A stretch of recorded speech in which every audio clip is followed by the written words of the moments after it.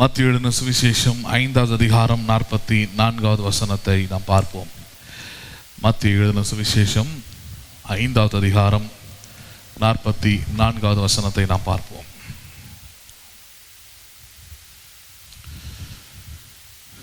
மத்தேயு எழுதின சுவிசேஷம்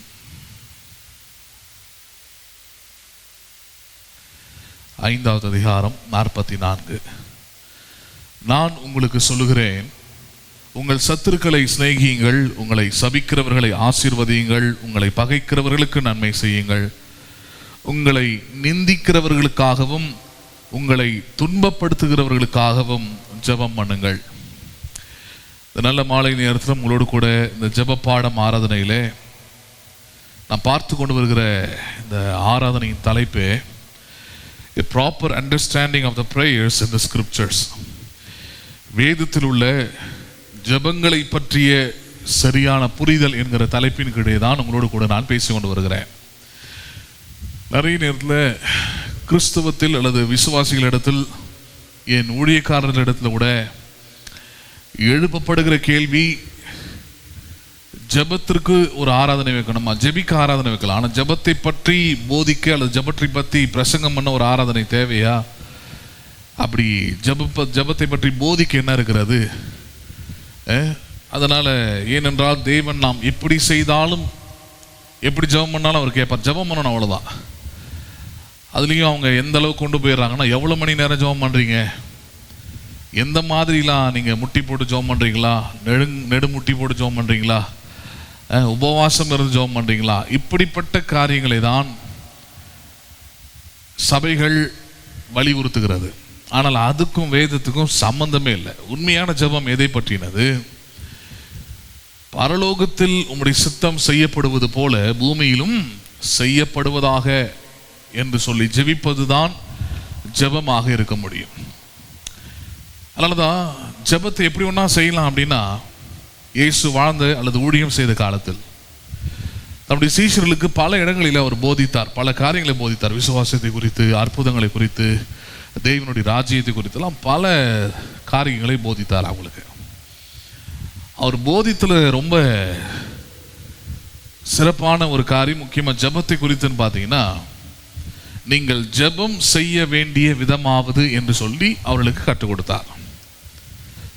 இயேசு எப்படி சொல்லிக் கொடுக்குறார்? நீங்கள் எப்படி வேணால் ஜெபம் பண்ணிடுங்கன்னு சொல்லிக் கொடுக்கல. நீ எப்படி ஜெபம் பண்ணாலும் கேட்க முடியாது. ஏனென்றால் நீ தேவனிடத்தில் பேசுகிறாய், தேவனிடத்தில் விண்ணப்பங்களை வைக்கிறாய். அப்படி தேவனிடத்தில் பேசவும் விண்ணப்பம் வைக்க வேண்டும் என்றால் அதற்கென்று ஒரு ஒழுங்கு இருக்கிறது, அதற்கென்று ஒரு முறை இருக்கிறது. அப்படி தான் வந்து பண்ணணுன்றார். சீஷர்கள் கேட்குறாங்க, நாங்கள் எப்படி ஜெபிக்க வேண்டும் என்று எங்களுக்கு கற்றுத்தாரும். எங்களுக்கு என்ன பண்ணும் நீர்? எங்களுக்கு ஆமாம், டீச்சர்ஸ் ஹவு டு ப்ரே. எவ்வளோ நல்ல எதிர்பார்ப்பு பாருங்க. இன்னைக்கு அந்த எதிர்பார்ப்பு இருந்தால் தான் ரட்சிப்பு அடைந்த ஒரு விசுவாசிக்கான அடையாளம். ரட்சிக்கப்பட்டிருக்கிறான ஒரு விசுவாசினா அதுக்கு பல அடையாளம் இருக்குது. அதில் ஒரு அடையாளம், ஜெபத்தை அவனா செய்யறதில்ல, ஜெபம் அவனுக்கு தெரிஞ்ச விதத்தில் செய்யறதில்ல. ஜெபத்தை வேதத்திலிருந்து கற்றுக்கொள்கிறான், சத்தியத்திலிருந்து கற்றுக்கொள்கிறான், இப்படிப்பட்ட பிரசங்கங்களில் இருந்து கற்றுக்கொள்கிறான். வாட் இஸ் பிரேயர் கற்றுக்கொண்டு அதன் அடிப்படையிலே ஜெபிக்கும் பொழுதுதான் அந்த ஜெபம் பிதாவினிடத்தில் பதில் பெறுகிறதாயும் அவனுக்கும் நன்மையை உண்டாக்கக்கூடியதாயும் இருக்கும். இல்லை என்றால் அந்த ஜெபம் வெறும் பக்திக்கானதா இருக்கும். போன ஜெபம் பண்ண அவ்வளோதான், அந்த திருப்தி தான் இருக்குமே தவிர நீங்கள் செய்த ஜெபத்திற்கு பதில் கிடைச்சதான்றதாங்க கேள்வியங்க. ஹலோ, புரியுதா இல்லை உங்களுக்கு? நிலத்தில் போயிட்டு விதையை விதைச்சிட்டிங்கன்னா நீங்கள் எதிர்பார்க்க வேண்டியது என்ன? நான் விதைத்தது விளைந்ததா இல்லையான்றதான். நான் விதைச்சிட்டேன், அது விளைஞ்சான்னா விளையலன்னா என்னன்னா, நீங்கள் விதைச்சது விதையான்றதே பெரிய கேள்வியாக எடுத்தாங்க. அப்போ அதனால தான் ரொம்ப கவனமாக இருக்க வேண்டிய விஷயம் என்ன, எப்படி வேணால் ஜெபிக்கலான்றதை வேதம் கற்றுக் கொடுக்குறதில்ல, அதை என்கரேஜ் பண்ணுறதோ இல்லை. அல்லது நீங்கள் வேற எங்கேயாவது டிவியில் அல்லது வேற ஏதாவது சபையில் ஜெபம் பண்ணுறதெல்லாம் பார்த்து இப்படிலாம் தான் ஜெபம் பண்ணும் போல இருக்கு அப்படின்னு நினச்சிக்கினாலும் அதுவும் பெரிய தவறு. You should personalizedly, you should learn how to pray from the scriptures. வேதத்திலிருந்து சத்தியத்தின்படி எப்படி ஜெபிக்க வேண்டும் என்பதை முதலாவது நீங்கள் என்ன பண்ண வேண்டும்? கற்றுக்கொள்ள வேண்டும். இல்லைன்னா வியாக்கியானம் பண்ணிடுவாங்க எல்லாமே. அழுது ஜெபம் பண்ணு, புலம்பி ஜெபம் பண்ணு, நேர்முழங்கால் படிக்கிற ஜெபம் பண்ணு, உபவாசம் இருந்து ஜெபம் பண்ணு, 7 நாள் இரு, கடவுள் கண்டிப்பாக உன் ஜெபத்தை கேட்பாருன்னு சொல்லலாம். இது எல்லாமே எப்படி இருக்குன்னா, ஏற்கனவே நீங்கள் விட்டு வந்த மத நம்பிக்கைகளின் அடிப்படையில் இருக்கும். ஒவ்வொரு வெள்ளிக்கிழமையும் அதை போய் பண்ணு, ஒவ்வொரு சனிக்கிழமையும் அங்கே ஏறு இங்கே இறங்கு, அந்த மாதிரியே இருக்கும். ஒரு மாற்றமும் அங்கே இருக்க போவது இல்லை. மாற்றம் உண்டாகணும், தேவனிடத்திலிருந்தே பதிலை பெறணும், தேவனே உங்கள் வாழ்க்கையில் கிரியை செய்வதை நீங்கள் பார்க்க வேண்டும் என்றால் ஜெபம் ரொம்ப அறிவும் ஞானமும் உள்ளதாக இருக்க வேண்டியது அவசியம். அதனால தான் பெரிய ஒரு சவாலான ஒரு காரியத்தை செய்கிறோம். என்னது அது? வேதத்தில் இருக்கிற ஒவ்வொரு ஜெபத்தையும் நம்ம ஒன்று விடாமல் ஒவ்வொரு இடத்துல இருந்தும் நம்ம அதை எடுத்து அதை புதிய உடன்படிக்கையின் அடிப்படையில் அடுத்த கட்டது ரொம்ப முக்கியமானது. இன்றைக்கி நம்ம புதிய உடன்படிக்கையின் மக்களாக இருக்கிறோம். இயேசு கிறிஸ்துவின் ரத்தத்தினால் செய்யப்பட்ட உடன்படிக்கை என்று சொல்லப்பட்டிருக்கிறது. அந்த புதிய உடன்படிக்கையின் மக்களாக இருக்கிறதுனால அந்த புதிய உடன்படிக்கையின் அடிப்படையிலே ஜெபம் பண்ணுறோமான்றது ரொம்ப முக்கியமானது. புதிய உடன்படிக்கையின் அடிப்படையில் வரக்கூடிய ஜெபத்தின் சாராம்சம் என்னன்னா, இயேசுவின் நாமத்தினாலே கேட்டுக்கொள்வது. எந்த நாமத்தினாலே கேட்டுக்கொள்வது? இயேசுவின் நாமத்தினாலே. பழைய ஏற்பாட்டு காலத்தில் ஆபிரகாம், ஈசாக், யாக்கோபின் தேவனே, முற்பிதாக்களின் தேவனே, வானங்களில் இருக்கிற தேவனே, அப்படிதான் இருக்கும். ஆனால் இயேசு வந்த பிறகு என் நாமத்தினாலே நீங்கள் எதை கேட்டாலும் அதை நான் உங்களுக்கு செய்வேன் என்று சொல்லியிருக்கிறார். அப்போ புதிய உடன்படிக்கையின் ஜெபம் என்னுடைய சாராம்சம் என்னது?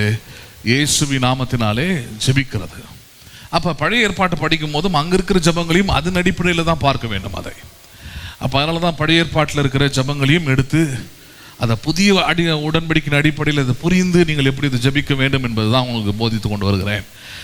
அதில் இன்றைக்கான தலைப்பாக மற்றவர்கள் அழிந்து போக அல்ல, பிழைக்கும்படிக்கு ஜெபம் பண்ணுங்கள். Pray for others not to perish but to survive.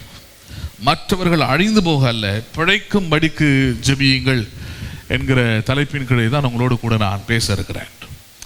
மத்தேயு சுவிசேஷம் 5வது அதிகாரம் 44வது வசனத்திலே, இது மலை பிரசங்கம் என்று சொல்லப்படுகிற இந்த பிரசங்கத்தில் ஆண்டவராக இயேசு கிறிஸ்து அவர் போதிக்கிறதான வார்த்தை. நிறைய காரியங்கள் அங்கே போதிச்சிருக்கிறார். சாந்த குணம் உள்ளவர்கள் பாக்கியவான்கள் எல்லாம் பேசுகிறார் இல்லையா, அந்த சப்ஜெக்டில் வரக்கூடியது தான் இப்போ நம்ம படிக்கிற காரியமும்.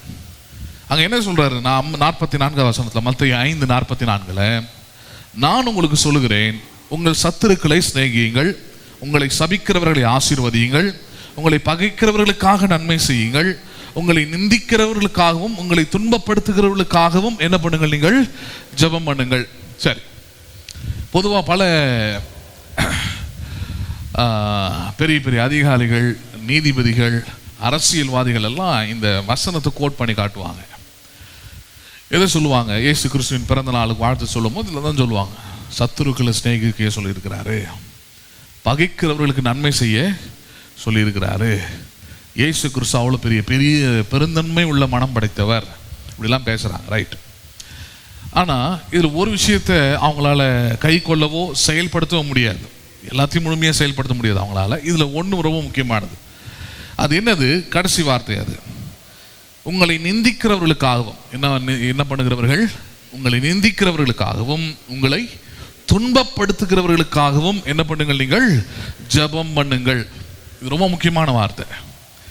இதை கிறிஸ்தவர்கள் எந்த அளவுக்கு புரிஞ்சு வச்சிருக்கிறாங்கன்றது பெரிய கேள்வியாக இருக்குது.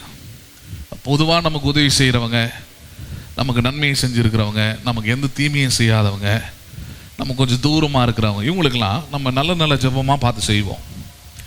ஆண்டவர்களை ஆசீர்வாதியும், அவர்களை பாதுகாத்தருளும், அவங்க நல்லா இருக்கட்டும், காரியங்கள் வாங்கிக்கிட்டோம், அப்படிலாம் ஜெபம் பண்ணுவோம் நம்ம. ஆனால் இயல்பில் இல்லாத ஒரு விஷயம், இயல்புனா நமக்கு இயற்கையாக வராத ஒரு விஷயம் என்னென்னா, நம்ம ஒருத்தர் பகைக்கிறாங்க, நம்மளை ஒருத்தர் நிந்திக்கிறாங்க, நம்ம நல்லா இருக்கக்கூடாதுன்னு நினைக்கிறாங்க, நம்ம எப்போ கீழே விழுவோம், எப்போ வீணாக போவோம்னு நினைக்கிறாங்க. இப்படிப்பட்ட மனிதர்களுக்காக ஜெபிக்கணும்னு விழும்போது எப்படிப்பட்ட ஜெபத்தை செய்யணுன்றது தான் அங்கே இருக்கிற மிகப்பெரிய கேள்வி.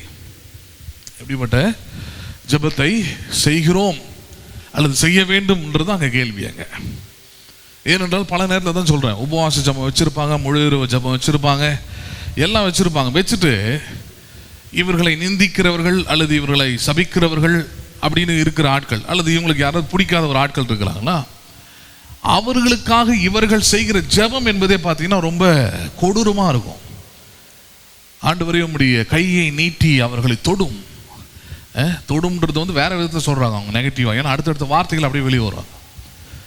நீர் உம்முடைய வல்லமையை வெளிப்படுத்தும், அவர்களை மடங்கடியும், அவர்களை வந்து வாந்தி பண்ணி போடும், அவர்களுக்கு நல்ல ஒரு பாடத்தை கற்றுக்கொடும், அவர்கள் சபிக்கப்பட்டு போவார்களாக, அவர்கள் வந்து ஓடுவார்களாக. இப்படிலாம் ஜெபம் பண்ணுற ஆட்கள்லாம் இருக்கிறாங்க. இன்றைக்கும் பல இடத்துல கிறிஸ்தவர்களை வெறுக்கிறதுக்கான காரணமாக அது மாறி போகிறது. நிந்திக்கிறவர்கள் சபிக்கிறவர்களுக்காக என்ன பண்ண சொல்லியிருக்கிறாரு? ஜெபம் பண்ண சொல்லியிருக்கிறாரு. ஆனால் என்ன ஜெபம் பண்ணணுன்றது தான் தெரியல அவங்களுக்கு. அவங்க நினைக்கிறாங்க ஜெபம்னா நம்முடைய காழ்ப்புணர்ச்சியெல்லாம் கொட்டுற நேரம், நம்ம எப்படி என்றோம், நமக்கு ஒருத்தர் எதிரி ஆகிட்டாலே நம்ம இருக்கக்கூடாது. அப்படி இல்லாமல் போனால் தான் கடவுள் என் கூட இருக்கிறாரு, கடவுள் வந்து என்னை நேசிக்கிறாரு, கடவுளுடைய வல்லம் எனக்குள்ளது வெளிப்படுதுன்ற ரொம்ப ஒரு மட்டமான ஒரு புத்தியை நம்ம வெளிப்படுத்துகிறோம். அந்த மட்டமான புத்தி முக்கியமாக ரொம்ப பைபிள் படிக்கிறேன், ரொம்ப ஜபிக்கிறேன், ரொம்ப ஆவிக்குரியவன் சொல்லக்கூடிய விசுவாசிகளுக்குள்ளேயும் போதகர்களுக்குள்ளேயும் தான் அப்படி இருக்குது அந்த மட்டமான புத்தி. என்னை எதிர்த்துட்டானா அவன் இருக்கவே கூடாதவன், அவன் அழிஞ்சு போயிடணும், அவனுக்கு ஏதாவது நாச மோசம் நடக்கணும். நடந்துருச்சுன்னா பார்த்தியா நான் இன்னைக்கு ஜெபம் பண்ண அதே மாதிரி என்ன பண்ணிருச்சு நடந்துருச்சுன்னு சொல்லி அதுக்கு எதை கொண்டு வராங்க பாரு. நான் ஜெபம் பண்ண ஜெபத்தை கர்த்தர் என்ன பண்ணாராங்க? கேட்டார் பாரு, கேட்டு அவனுக்கு வச்சார் பாரு. இந்த மாதிரி ஒரு மட்டமான ஆட்கள்லாம் உலகத்தில் இருக்கிறாங்க. அதில் நானும் பாருங்க அதெல்லாம் பாதிக்கப்பட்டிருக்கிறேன். பாதிக்கப்படுறதுனால அழுத்தி பிரசங்கம் பண்ணுறேன். ஏன்னா இதெல்லாம் சபையில் பிரசங்கம் பண்ணுறதே இல்லை. ஏதோ போகிறாங்க, ஏதோ கோயிலுக்கு போய் சாமி கும்பிட்டு வர மாதிரி நீங்கள் சர்ச்சை அப்படி மாற்றிட்டாங்க. போகிறாங்க, இவங்களாம் ஒரு 4 பாட்டு பாடுறாங்க, இவங்களாம் ஒரு வசனத்தை ஏதோ நல்ல வசனத்தை கேட்டு அமைதியாக வந்து உட்காந்துக்கிறாங்க. லைஃப்பில் எந்த சேஞ்சஸும் இல்லை. லைஃப்பில் கிறிஸ்து இயேசுவை பார்க்கவே முடியல. ஆனால் ரட்சிக்கப்படுவதற்கு முழு ரோஜாவும் எல்லாத்தையும் செய்கிறாங்க. அப்போ நானே பார்த்துருக்குறேன். நாங்கள் முதல்ல இங்கே ஊழியத்தை ஆரம்பித்து அப்படி நடத்திக்கிட்டே வரும்போது ஒரு 2008 ஆரம்பித்தோம். 2010 வரைக்கும் அந்த கீழே ஹாலிலே தான் ஆராய்ச்சிக்கிட்டே இருந்தோம். ஒன்றும் பெருசாக இல்லை, ஏன்னா டெவலப் ஆக முடியாது, இன்னொரு பெருசாக இன்னொன்று இருக்குது, அதனால் இவங்க ஒன்றும் டெவலப் ஆக முடியாது, நம்மளை மீறி வளர்கிறதுக்கெல்லாம் இங்கே வாய்ப்பே இல்லை அப்படின்ற மாதிரி இருந்தது அவங்களுடைய எண்ணம் அது. அப்புறம் சரி கீழே கொஞ்சம் ஆளுங்க அதிகமாக வராங்க, வீட்லேயும் நம்ம குடும்பம் இருக்கிறதுனால அது ப்ரேயர் பண்ணுறதுக்கும் ரெண்டுத்துக்கும் சரிப்பட்டு வராது, தனியாக ஒரு இடத்துக்கு கொண்டு போவோம் அப்படின்னு சொல்லிட்டு இந்த பக்கத்தில் இருக்குன்னா எங்கள் லேண்ட், இப்போ நான் கார் ஷெட், இப்போ நம்ம சேப்பல்லாம் பண்ண பாருங்க, அந்த இடம் ஒரு நீட்டான இடம், அது 70 அடிக்கு மேலே இருக்கிற ஒரு இடம். அந்த ஒரு இடத்த ஃபஸ்ட்டு அதை தான் ரெடி பண்ணுறேன். வெளியே ஒரு இடத்த பார்த்தேன், அந்த அளவுக்கு வாங்குறதுக்கு நம்மக்கிட்ட பொருளாதாரம் கிடையாது. ஆனால் சபையை ஏற்படுத்தணும், யாரும் நமக்கு பெருசாக உதவி செய்யக்கூடிய ஆட்கள்லாம் கிடையாது. அப்போ சரி நம்மளாக தான் எடுத்து செய்யணும் அப்படின்னு சொல்லிட்டு லோன் போட்டு எல்லாத்தையும் அரேஞ்ச் பண்ணி பக்கத்தில் ஏன் பண்ணோன்னா அப்படியே கீழே எல்லோரும் வந்து இந்த மேலே ஏறி வர பிரச்சனையே இருக்காதுன்றதுக்காக பக்கத்தில் எங்கள் லேண்டில் எங்கள் இதிலே பண்ணுறோம். அதை அங்கே அங்கே நிறைய மரங்கள் இருந்தது, அங்கே சவுக்கு மரம் அதெல்லாம் வச்சுருந்தோம். அதெல்லாம் வெட்ட ஆரம்பித்தோடனே பாருங்கள், இங்கே உள்ளேருந்து தகவல் வெளியேருந்து போகாது. உள்ளே அப்போ லைவ்லாம் கிடையாது. உள்ளே அவங்களுக்கு சில ஆட்களை வச்சுருந்தாங்க, அந்த ஆட்கள் மூலமாக தகவல் போகுது. சபை கட்ட போகிறாங்க, சர்ச்சு கட்ட போகிறாங்களான்னு உடனே அதுலேருந்து எதிர்ப்பு அவங்களாவே, எங்களுக்கு எதிராக சபையை கட்டுறீங்க, எங்களுக்கு எதிராக எழும்புறீங்க, எங்களுக்கு எதிராக நீங்கள் ஊழியத்தை பண்ணுறீங்க அப்படின்னு பண்ணி அதிலிருந்து நமக்கு இந்த சவுல் தொந்தரவு கொடுக்குற மாதிரி நமக்கு ஓயாத தொந்தரவாக இருந்தது. அந்த தொந்தரவு கொடுக்கும்போது பாருங்கள் ஒரு கட்டத்தில் ரொம்ப முத்தி போயிடுச்சு. எப்படி போயிடுச்சுன்னா, சரி நான் என்ன பண்ணிட்டேன், சரி நம்ம அப்படி அந்த பக்கம் இருந்தால் தானே பிரச்சனை, ஏன்னா பிரச்சனைக்குரியவர் அந்த பக்கம் இருக்கிறாரு, அவருக்கு அந்த பக்கம் இருந்தாலே பிரச்சனையாக இருந்துச்சு, சரி நம்ம இந்த பக்கம் மாற்றிப்போன்னு சொல்லிட்டு சம்மந்தமே இல்லாமல் இந்த பக்கம் வந்து இங்கே ஒரு வழியை உடச்சி, இப்போ நீங்கள் வர வழியெல்லாம் அப்படி தான், அவருக்கு எந்த தொந்தரவும் நினைக்கிறாரு, அவருக்கே நம்ம தொந்தரவாக இருக்கணும் அப்படின்னு சொல்லிட்டு நான் இந்த பக்கம் வந்து இந்த பக்கம் வழியை ஓப்பன் பண்ணி, காம்பவுண்ட் அதை ஓப்பன் பண்ணி அது ஒரு வழியை உண்டாக்கி அது ஒரு கேட்டாக போட்டு படிக்கட்டு வச்சு இந்த மேலே இந்த பக்கம் வர மாதிரி அவருக்கு தொந்தரவாகவே இருக்க வேணாம் அப்படின்ட்டு இந்த இடத்த ஏற்பாடு பண்ணும்போது அவர் இன்னும் அதிகமான கோபத்துக்குள்ளே போயிட்டார். அவர் இன்னும் அதிகமான கோபத்துக்குள்ளே போயிட்டு சபிச்சு திட்டி ஜெபம் பண்ண ஆரம்பித்தார். ஒவ்வொரு ஜெபத்தில் நான் பலமுறை சொல்லியிருக்கிறேன், நான் உங்களுக்கு விசுவாசிகளெல்லாம் நமக்கு எதிராக மாற்றிட்டாரு. அவனுங்களாம் யார் என்னன்னே நமக்கு தெரியாது, நம்ம ஊழியக்காரங்கிட்டே வச்சுக்கிறது இல்லை. என் ஊழியம் உண்டு, என் வேலை உண்டு, என் விசுவாசிகள் உண்டு, நான் வாழற ஆள், தேவைன்னா போகலாம், இல்லைன்னா நமக்கு அவசியமே இல்லைன்னு போயிட்டு இருக்கிற ஆள் திட்டியே ஜெபம் பண்ணுறாரு. அதில் ஒரு முறை என்னெல்லாம் ஞாபகம் இருக்குது பாரு, அப்படியே சொன்னார், நம்ம இவ்வளோ நாள் ஜெபம் பண்ணுறோம், 2012 அப்படியே சொல்கிறாரு, நம்ம இவ்வளோ நாள் ஜெபம் பண்ணுறோம், அதை மீறி அவங்க கட்டடத்தை எழுப்புறானுங்க, போன வாரம் சனிக்கிழமை நான் நேர் முழங்கால் படியிட்டு அப்பாவின் பாதத்தில் கதறி விட்டேன். அப்படியே சொன்னார் வார்த்தை, அப்படியே நான் ரிப்ளை இது பண்ணுறேன். கதறி விட்டேன், ஒரு வழி அவர்களை செய்யும் ஆண்டவர் என்று சொல்லிவிட்டேன், செய்கிறாரா இல்லையான்னு பாருங்கள்ன்றார்.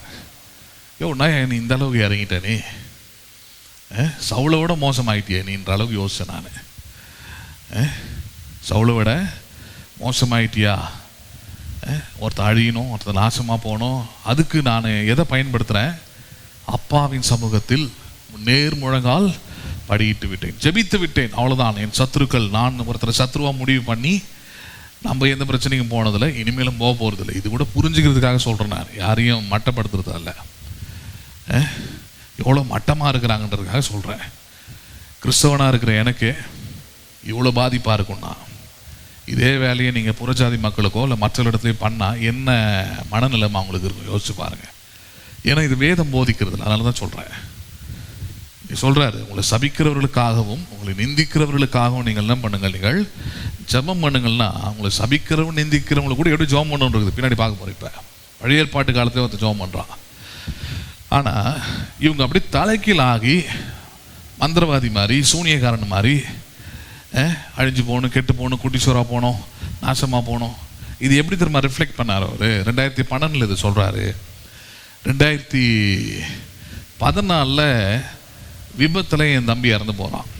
கிட்டத்தட்ட இந்த ஆள் சொல்லி ஒரு 2-2.5 வருஷம் கழிச்சு விபத்தில் என் தம்பி இறந்து போகிறான். இறந்து போனதுக்கப்புறம் ஊர் முழுக்க போயிட்டு எல்லா இடங்களிலும் நம்ம சபையிலே சில ஆள்காட்டிங்க இருந்தாங்க, அவங்க வீட்டுகள் உட்பட போயிட்டு இதை தான் சொன்னார். நான் ஜெபம் பண்ண பார்த்தியா, என்ன பண்ண பார்த்தியா, நான் ஜெபம் பண்ண பார்த்தியா.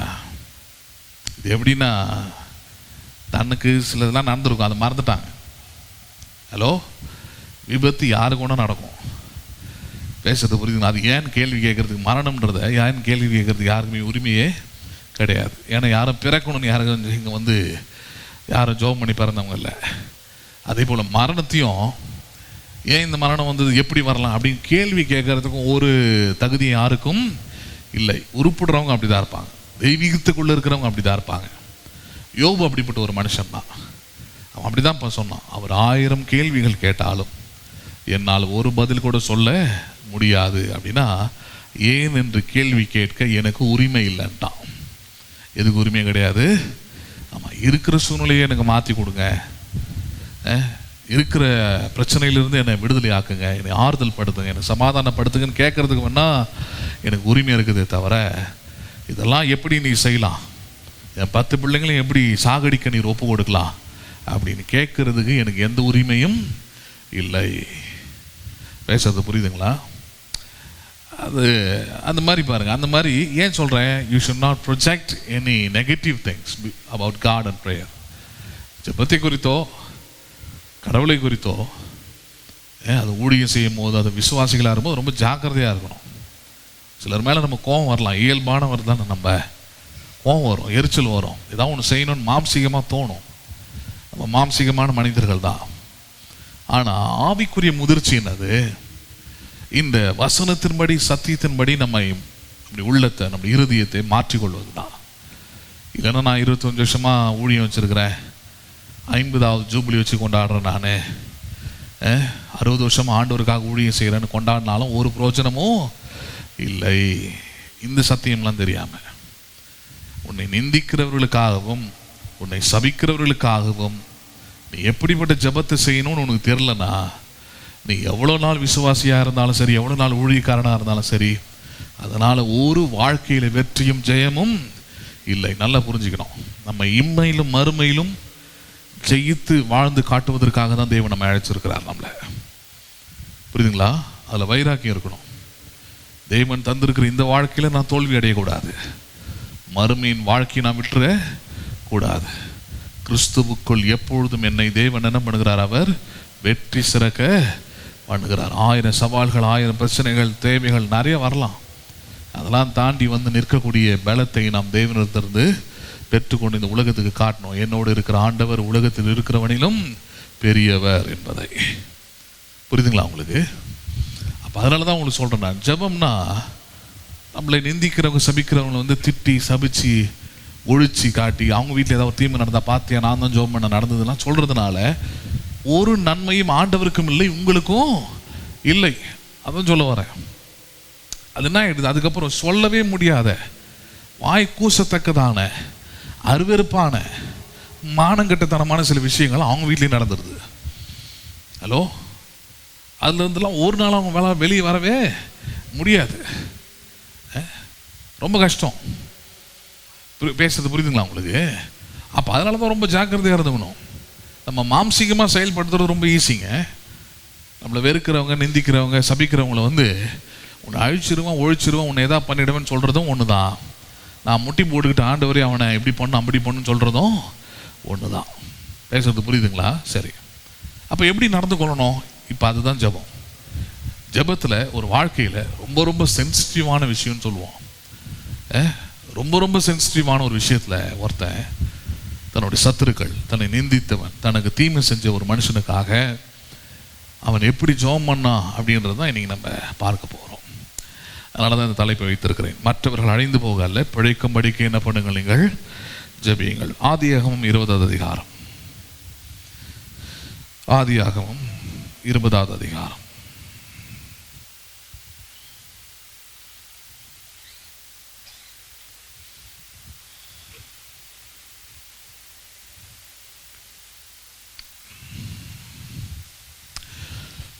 ஆபிரகாமை குறித்து பார்க்க போகிறோம்.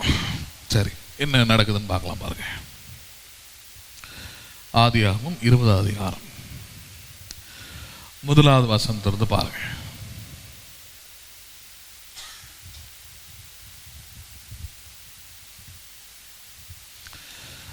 ஆபிரகாம் அவ்விடம் விட்டு தென் தேசத்திற்கு பிரயாணம் பண்ணி காதேசுக்கும் சூருக்கும் நடுவாக குடியேறி கேராரிலே தங்கினான். அங்கே ஆபிரகாம் தன் மனைவியாகிய சாராளை தன் சகோதரி என்று சொன்னதினாலே கேராரின் ராஜாவாகிய அபிமெலேக்கு ஆள் அனுப்பி சாராளை அழைப்பித்தான்.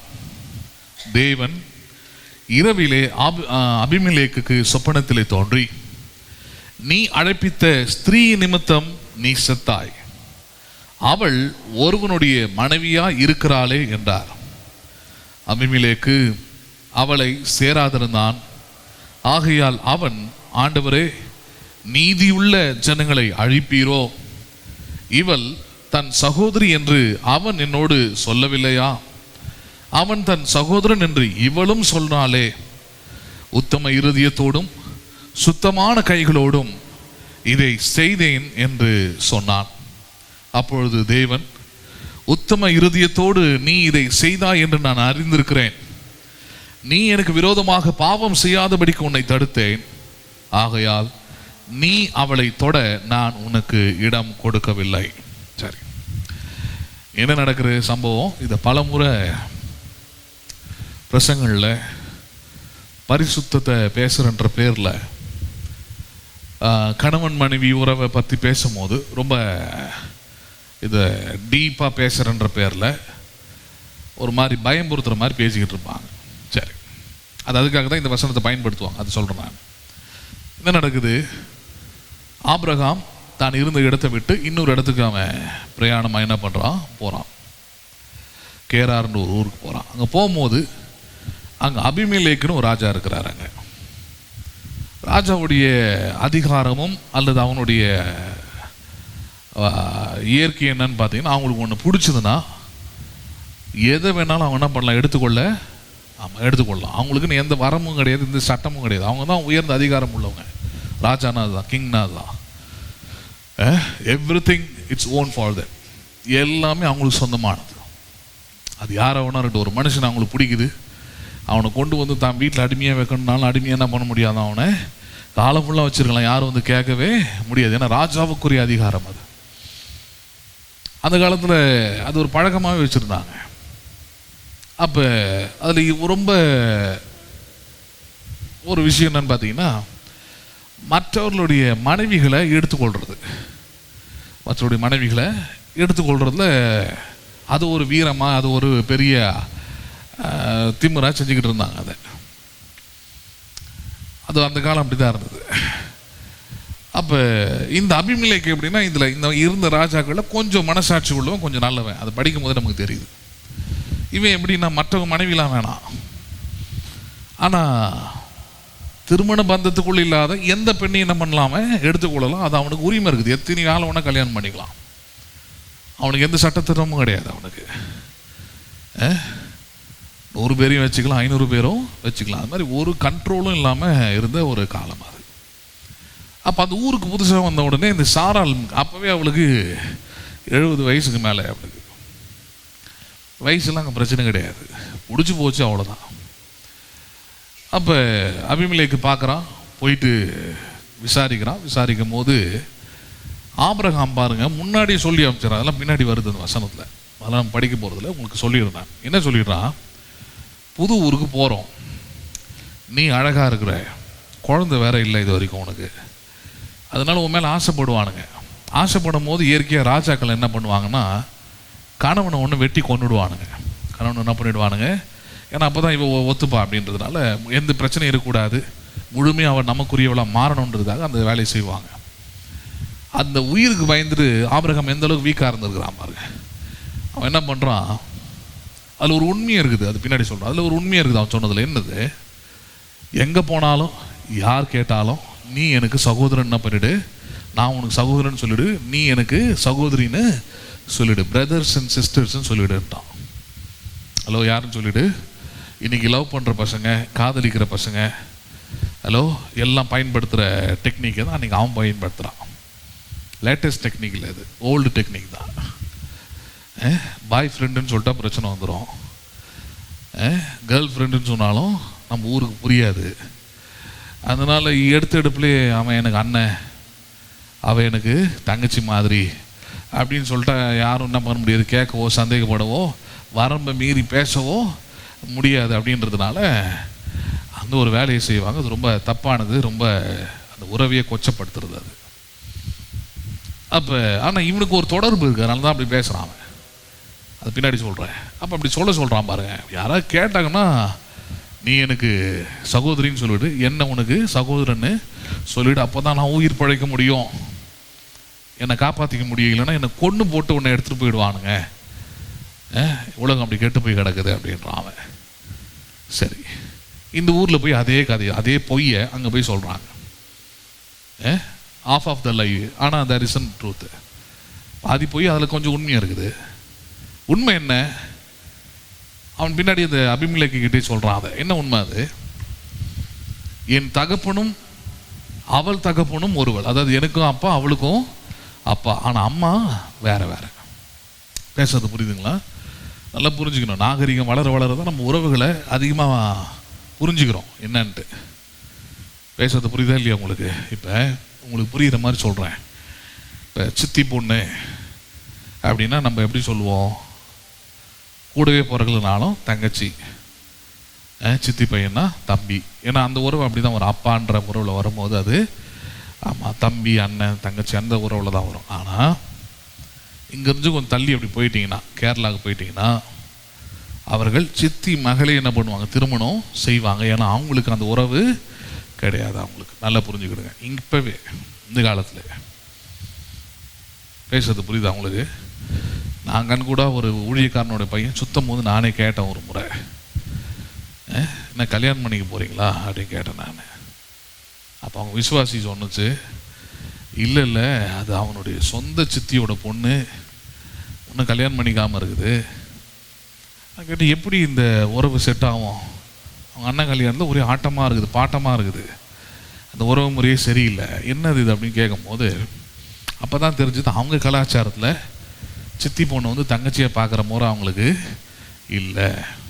அவங்க திருமணம் செஞ்சு யாரை மாற்றிக்கலாம், அவங்க மனைவியாகவும் ஏற்றுக்கொள்ளலாம் அவங்க இந்த காலத்தில். சரி, அதுக்குள்ளே ரொம்ப போய் கலர வேணாம். இப்போ அந்த அங்கே வருவோம்.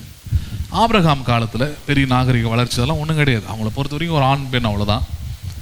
ரெண்டாவது அம்மா வந்து வேற. ரெண்டாவது அவன் கல்யாணம் பண்ணும் போது ரட்சிக்கப்பட்டவனும் அல்ல. நல்லா புரிஞ்சுக்கணும். ஆபிரகாம் கல்யாணம் பண்ணும் போதுன்னா அவனை ரட்சிக்கப்பட்டு ஒரு பாஸ்டோ யாரும் கல்யாணம் பண்ணி வைக்கல. அப்போ ரட்சிக்கப்படாதவருடைய கல்யாணம் வந்து செல்லுபடி ஆகாதான்னு கேட்கக்கூடாது. திருமணம் யாவருக்கும் கனமுள்ளது. எங்கே கல்யாணம் பண்ணாலும் எப்படி பண்ணாலும் கல்யாணம் தான். திருமணம் தான். கிறிஸ்துவ திருமணத்தில் என்ன ஒரு படி மேலே போய் நிற்குது, உடன்படிக்கை இருக்குது. அதில் அவ்வளோதான். என்ன இருக்குது அதில்? பெரிய விஷயமே தான். covenant. There is a made of covenant. The wedding and the marriage is made of covenant. உடன்படிக்கையின் அடிப்படையிலே செய்யப்படக்கூடியதாக இருக்குது. உடன்படிக்கையின் போது கிட்டத்தட்ட டைட்டில் டீட் மாதிரி, ஒரு வீட்டுக்கு பத்திரம் மாதிரி. அது உறவு கடவுளால் ஆசீர்வதிக்கப்பட்டு தீர்மானிக்கப்பட்டு இணைக்கப்படுகிறதா அது இருக்கிறது. அவ்வளோதான். ஆபிரகாம் காலத்தில் அதெல்லாம் கிடையாது. 75 வயசுல தான் அவனை சந்திக்கிறாரு. சந்திக்கும் போது திருமணமாய் குழந்தை இல்லாமல் தான் இருக்கிறான், ஒன்றும் இல்லாமல் தான் இருக்கிறான். வாழ்க்கையில் ஒரு வெற்றியும் ஒரு வாழ்வும் இல்லாமல் தான் இருக்கிறான். அவனை தெரிந்து கொண்டு அவனை அழைத்து ஆசீர்வாதங்களை கொடுத்து வாக்குத்தத்தங்களை கொடுத்து வரும்போது பாருங்க, அவனுக்குள்ள ஒரு பெரிய வைராக்கியமாக தைரியமாக வாழக்கூடிய ஒரு வாழ்க்கை இல்லை. ஏன்னா ஏற்கனவே நான் அன்றைக்கி கூட சொன்ன செவ்வாய்க்கிழமை கூட சபை ஊழியம் பிரசங்கம்லாம் முக்கியமானது. பேசுறது புரியுதுங்களா உங்களுக்கு? ஒரு பயந்தாங்கோழியை, ஒரு அறிவில்லாதவனை, ஒரு ஞானம் இல்லாதவனை, உலகம் குப்பை மாதிரி நினைக்கிற ஒரு ஆளை கூட அவன் சபைக்கு வந்து வசனத்தை கேட்டு பரிசுத்த ஆவியை பெற்றுக்கொண்டால் அவன் கிதியோனை போல பராக்கிரமசாலையை இந்த உலகத்தில் என்ன பண்ண ஆரம்பிக்கிறான்? அவன் வாழ ஆரம்பிக்கிறான். தைரியமாக தன் சூழ்நிலையை எதிர்த்து நின்று போராட ஆரம்பிக்கிறான். சபையோடைய வல்லமை அதுதான், தன்மை அதுதான். அப்போ ஆபிரகாமுக்கு அப்படி ஒரு நிலை தான் பாருங்க இல்லை. அதனால் அவன் பலவீனனாகவே இருக்கிறான். வர வர வர தான் விசுவாசத்தில் வளரான். தேவன் அவனோட பேசி பேசி பேசி பேசி தான். It takes time. அந்த நேரத்தில் தான் பாருங்கள், அந்த பலவீனமாக இருந்த நேரத்தில் தான் ஒரு பயம் என்னன்னா, உன்னை கொண்டு போட்டு உன்னை எடுத்துப்பாங்க. அதனால் யார் கேட்டாலும் சகோதரன் சொல்லிட்டேன்னா அவங்க என்ன பண்ணிவிடுவாங்க? உன்னை விட்டுருவாங்க. அதனால் ஒரு பைபிள் வந்து வித்தியாசமாக வியாக்கியானம் பண்ணிடக்கூடாது. அதுக்காக சொல்கிறேன், என்னங்க இப்படிலாம் கல்யாணம் பண்ணுறானுங்க அப்படின்ட்டு. நீங்கள் இப்பையும் இந்த நார்த்து வெஸ்ட் அண்ட் ஈஸ்ட் கண்ட்ரீஸில் புத்த மதம் இருக்கிற கண்ட்ரீஸில் போய் பார்த்தீங்கன்னா, மன்னிக்கும் ஸ்டேட்ஸில் போய் பார்த்தீங்கன்னா, கண்ட்ரீஸில் போய் பார்த்தீங்கன்னா கணவன் சொல்லவே மாட்டாங்க. நல்லா புரிஞ்சுக்குங்க. ஒரு வீட்டுக்குள்ளே போகிறீங்க, கணவன் மனைவி நிற்பாங்க. யார் இவர் அப்படின்னு கேட்டிங்கன்னா பிரதர் அப்படின்வாங்க. யார் அவர்? ஆமாம், பிரதர் அவர் அப்படின்வாங்க. பிரதரா? சரி, ரைட்டு. அண்ணனோ தம்பி யாரோ இருக்கலாம் அப்படின்னு நம்ம நினைப்போம். ஆனால் அவர் யார்? அவர் அவங்களுக்கு கணவன். நம்ம ஊர்லேயே ஒரு குரூப் இருக்குது. ஹலோ, அந்த குரூப்பு புருஷனை எப்படி கூப்பிடாது தெரியுங்களா? அதெல்லாம் நான் விளக்கமாக சொல்லணுமா? என் வாயிலேருந்து வாங்கணுமா? ஆமாம், புரிஞ்சுக்கணும் அதெல்லாம் நீங்கள். சரி, அப்போ அதனால் அது வந்து ரொம்ப தரம் தாழ்ந்து அதுக்குள்ளே போக வேண்டியது. ஆனால் பிரச்சனை அதுதான். இவன் சொன்ன ஒரு பொய் அபிமெலேக்கு ஆசைப்பட்டு சாரால தன் வசமாக எடுத்துக்கொள்ளும் பொழுது ஆண்டவர் பாருங்க அவனோடு கூட தரிசனத்தில் பேசுகிறார், கனவுல பேசுகிறார். என்ன சொல்கிறாரு? சாரால்னு ஒருத்தையை கூட்டின்னு வந்திருக்கிறேன். அவன் பாருங்க அலைஞ்சாங்க கேஸ்லாம் இல்லை, கிடச்சிது இன்னைக்கு நைட்டே முடிச்சிருவோம்லாம் இல்லை, கூட்டின்னு வந்து பத்திரமா வச்சுருக்கிறான், பாதுகாப்பாக வச்சுருக்கிறான், தொடாமல் இருந்தான் இருக்குது. ஹலோ, அதான் நல்ல ஆண் மகனுக்கான அடையாளம் இருக்கிறான் பாருங்க. நல்ல புத்தி, நல்ல அறிவு, நல்ல தெளிவாக இருக்கிறான் மனுஷன், தொடாமல் இருந்தான் இருக்குது. சரி, அந்த நிலையில் தான் கடவுள் அவனோடு பேசுகிறார். பேசும்போது சொல்கிறார், அவள் இன்னொருத்தருடைய மனைவியாக இருக்கிறா, அதனால் நீ என்ன பண்ணாத, அவளை தொடாத. ஏனென்றால் அவர் உடன்படிக்கை செய்யப்பட்டவள், அவளுடைய சந்ததியிலிருந்து தான் கிறிஸ்து இயேசு பிறக்க போகிறார். அதனால் நீ தேவையில்லாமல் அதை வேலைலாம் என்ன பண்ணாத, செய்யாத, பண்ணாத, உன் நல்லதுக்கு சொல்கிறேன் அப்படின்ன உடனே அபிமெலேக்கு தன்னுடைய தரப்பை சொல்கிறான். ஆண்டவரே, நான் ஒன்றும் விருப்பப்பட்டு எடுத்துக்கலையே, நான் போய் கேட்டேன், அவன் சகோதரன்ட்டான், இவளை கேட்டேன் சகோதரி, இவ்வளோ வாய் கூசாமல் சொல்லிட்டா, அப்படி தானே நம்பி வந்து என் மேலே எந்த குற்றச்சாட்டும் கிடையாது அப்படின்னும் போது ஆண்டவர் அவனை பார்த்து சொல்கிறார், சரி ரைட்டு, எல்லாம் ரைட்டு. அதனால தான் சொல்கிறேன், உத்தம இருதயத்தோடு நீ செஞ்சேன்னு தெரியும். அதனால தான் உன்னை என்ன பண்ணுறேன், நான் நீ அவளுக்கு விரோதமாக எந்த பாவமும் செய்யாதபடிக்கு தடுத்தேன்றார். என்ன பண்ணினேன்? நான் உனக்கு தடுத்தேன், வேணான்னு விட்டுட்டேன். இது திருமண வாழ்க்கையில் எல்லாத்துலேயுமே கவனிக்கிறேன் பாருங்க. மாப்பிள்ளை பார்க்குறீங்க, பொண்ணை பார்க்குறீங்க, உங்கள் விசுவாசத்திற்கு உங்களுடைய இதுக்கெல்லாம் சரியாக இல்லை, அது தடையாகுதுன்னா நல்லதுன்னு போயிடணும். என்னன்னு போயிடணும், அதை இல்லை விட போகிறது இல்லை. சிம்சோன் மாதிரி ஒரே புடியாக பிடிச்சி இன்னைக்கு நான் யார் என்பதை காண்பிக்க போகிறேன் அப்படின்னு போனீங்கன்னா கடைசியாக கண்ணை பிடிங்க என்ன பண்ணுவாங்க, உங்களை மாவரைக்க வேண்டியதான். பேசுறது புரியுதுங்களா உங்களுக்கு? நிறைய நடக்குது அதெல்லாம் இன்றைக்கும். நீங்கள் இந்த உலக பிரகாரமாக வரக்கூடிய மக்கள் பேசக்கூடிய பேச்செல்லாம் பாருங்களேன். உலகத்திலே பெரிய பிரச்சனை மனைவி தான் அப்படின்ற மாதிரி பேசிக்கிட்டு இருக்கிறாங்க. உலகத்திலே வேறு பொருளாதார பிரச்சனை, சரீர பிரச்சனை, உடல், அதெல்லாம் எந்த பிரச்சனை இருக்கிறதே பெரிய தலைவலி, பெரிய பிரச்சனை, வாழ்க்கையே முடிஞ்சு போச்சுன்றது காரணமே யார்? ஆமாம், கல்யாணம், மனைவி தான் அப்படின்றாங்க. ஒரு பக்கத்தில் அது உண்மை, அதை இல்லைன்னு சொல்ல மாட்டேன். வசனத்தின்படியே புத்தி உள்ள ஸ்திரீ தன் கைகளினாலே வீடை என்ன பண்ணுறாவ, கட்டுறா. புத்தி இல்லாதவள் தன் கைகளினாலே அதை இடித்து ஓடுகிறாள் இருக்குது. ரெண்டுமே அவங்ககிட்ட இருக்குது. பேசுறது புரியுதுங்களா உங்களுக்கு? மனைவியை தெய்வத்துக்கு ஈக்குவலாக வச்சு நீங்கள் சிலவெல்லாம் பேசிக்கிட்டு இருக்கிறான். பாரு மனைவியை விட்டுட்டான் பாரு, மனைவியை விட்டுட்டு ஊழியம் செய்கிறான் பாரு. ஆமாம், அவன் வேறு ஏதோ ஒரு ஆசைக்காக, வேறு ஏதோ ஒரு இதுக்காக மனைவியை விட்டுட்டான்னா அது அப்போட அவனோட பர்சனலாக போயிடுது. கடவுள் அவனோட பேசணும், பரிசுத்த ஆவியினர் அவனுக்குள்ளே இடைப்படணும், சட்டத்திட்டங்கள் இருக்குது.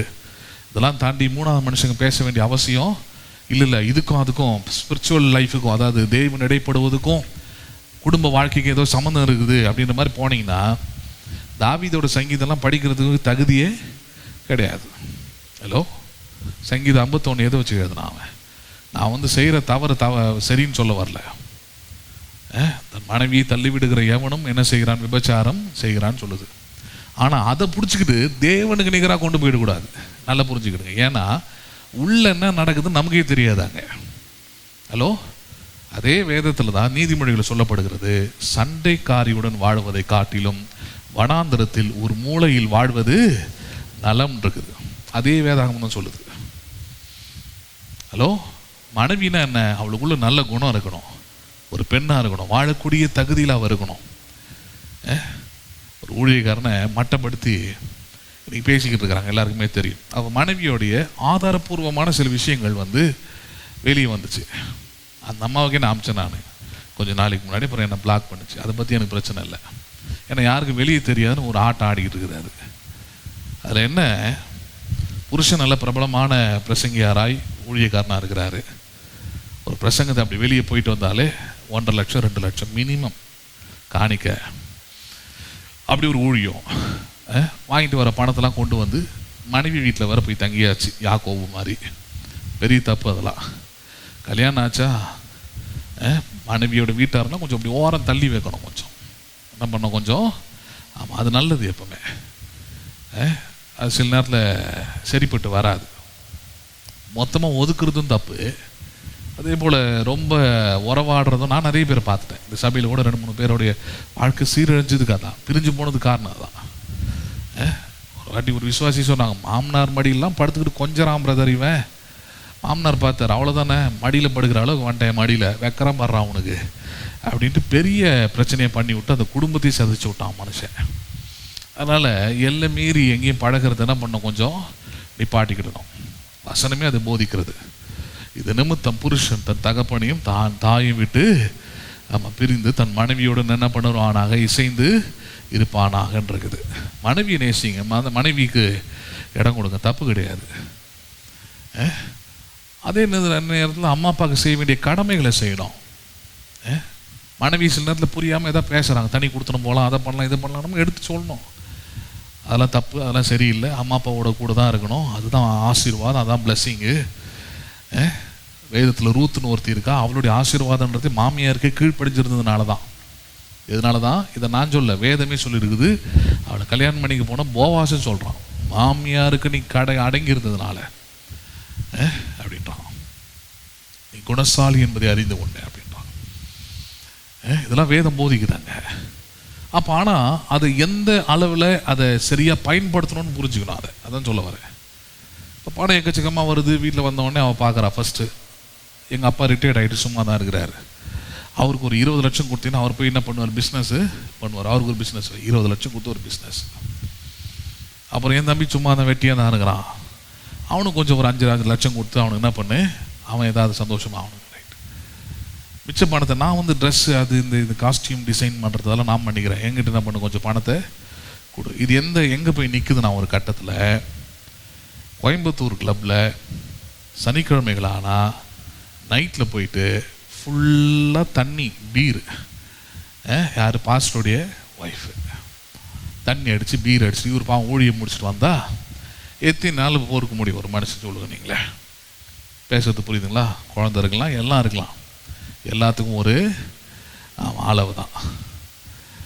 அப்போ ஒரு அளவுக்கு மிஞ்சி போகும்போது நீங்கள் இந்த ஊரில் ஒன்றா சில பெண்கள் வேறு வழி இல்லை, கல்லானாலும் கணவன் புல்லானாலும் புருஷன் சொல்லிட்டு குடிக்கார புருஷனோடு கூட வாழலாம், தப்பு இல்லை, வாழுங்க, உங்களுக்கு ஆப்ஷன் இல்லாமல் இருக்குது சமுதாயத்தில். ஆண்களுக்கு அப்படி இல்லை. ஆண்களுக்கு அவன் மட்டும் ஊழியக்காரனாக இல்லாமல் இருந்தானா எது செஞ்சாலும் இந்த சமுதாயம் என்ன பண்ண முடியுது? அவனை கேள்வி கேட்கவே முடியாது. பேசுறது புரியுதுங்களா உங்களுக்கு?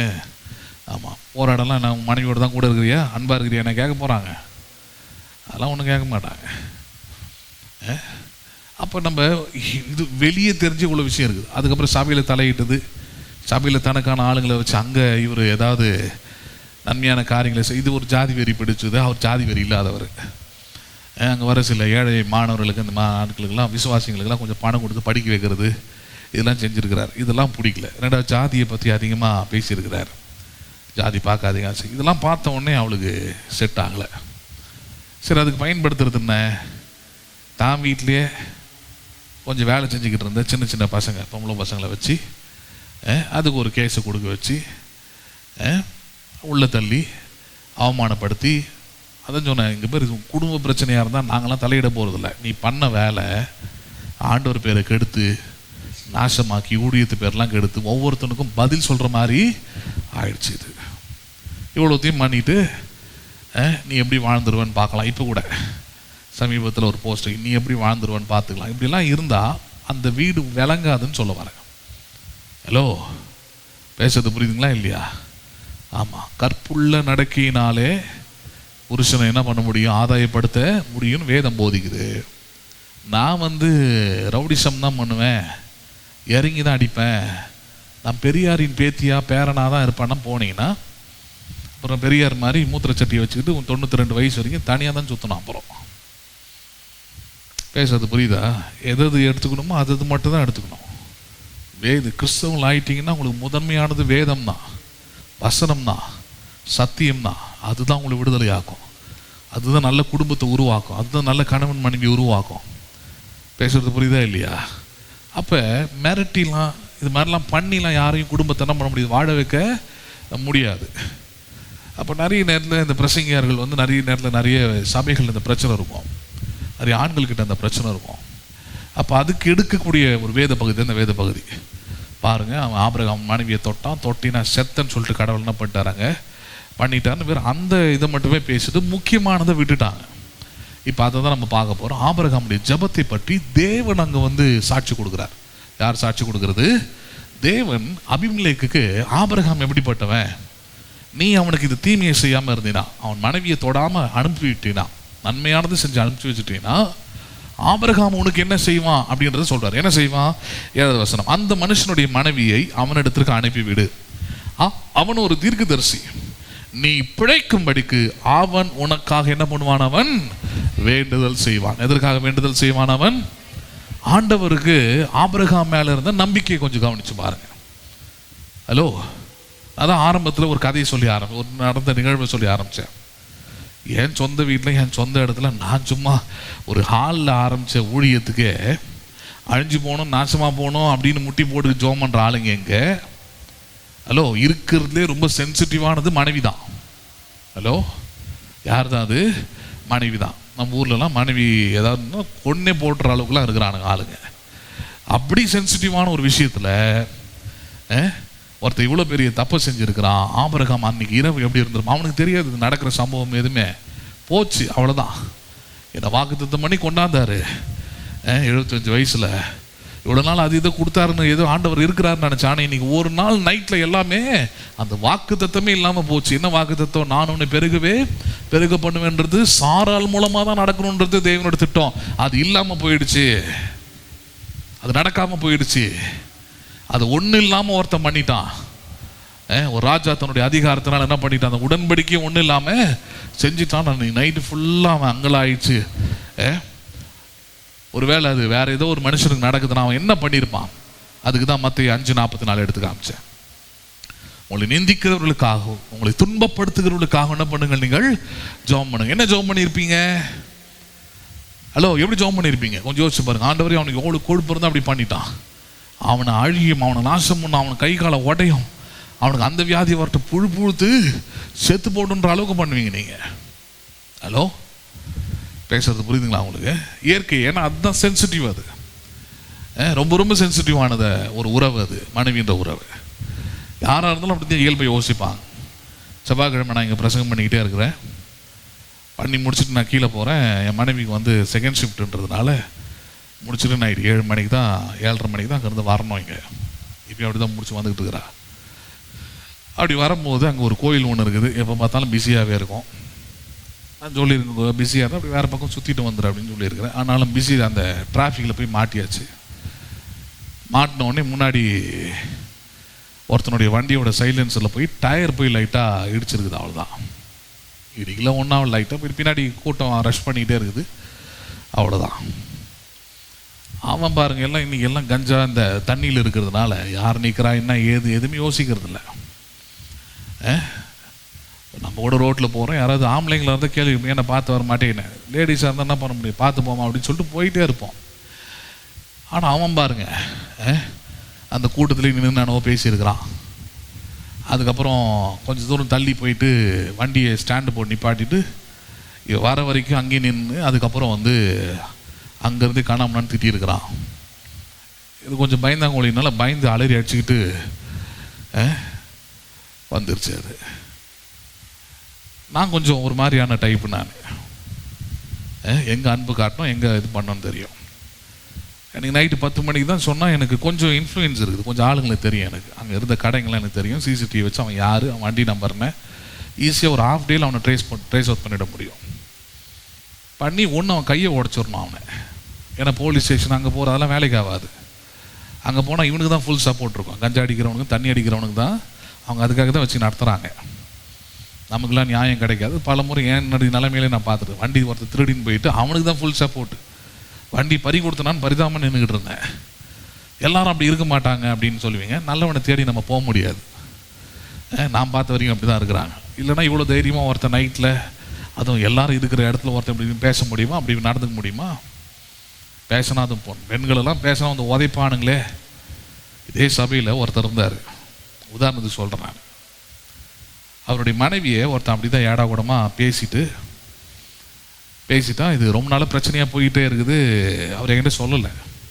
ஒரு நாள் மாலை நேரத்தில் ஒரு 6:30 மணி, அப்போ அவர் தான் எனக்கு மொத்தம் உதவியாக இருப்பாருங்க. ஒரு 6:30 மணிக்கு எனக்கு ஃபோன் பண்ணுறாரு. மோசஸ் இது மாதிரி ஒரே பிரச்சனை பண்ணிக்கிட்டு இருக்கிறான் என் ஒய்ஃபுக்கிட்ட ஒருத்தன்.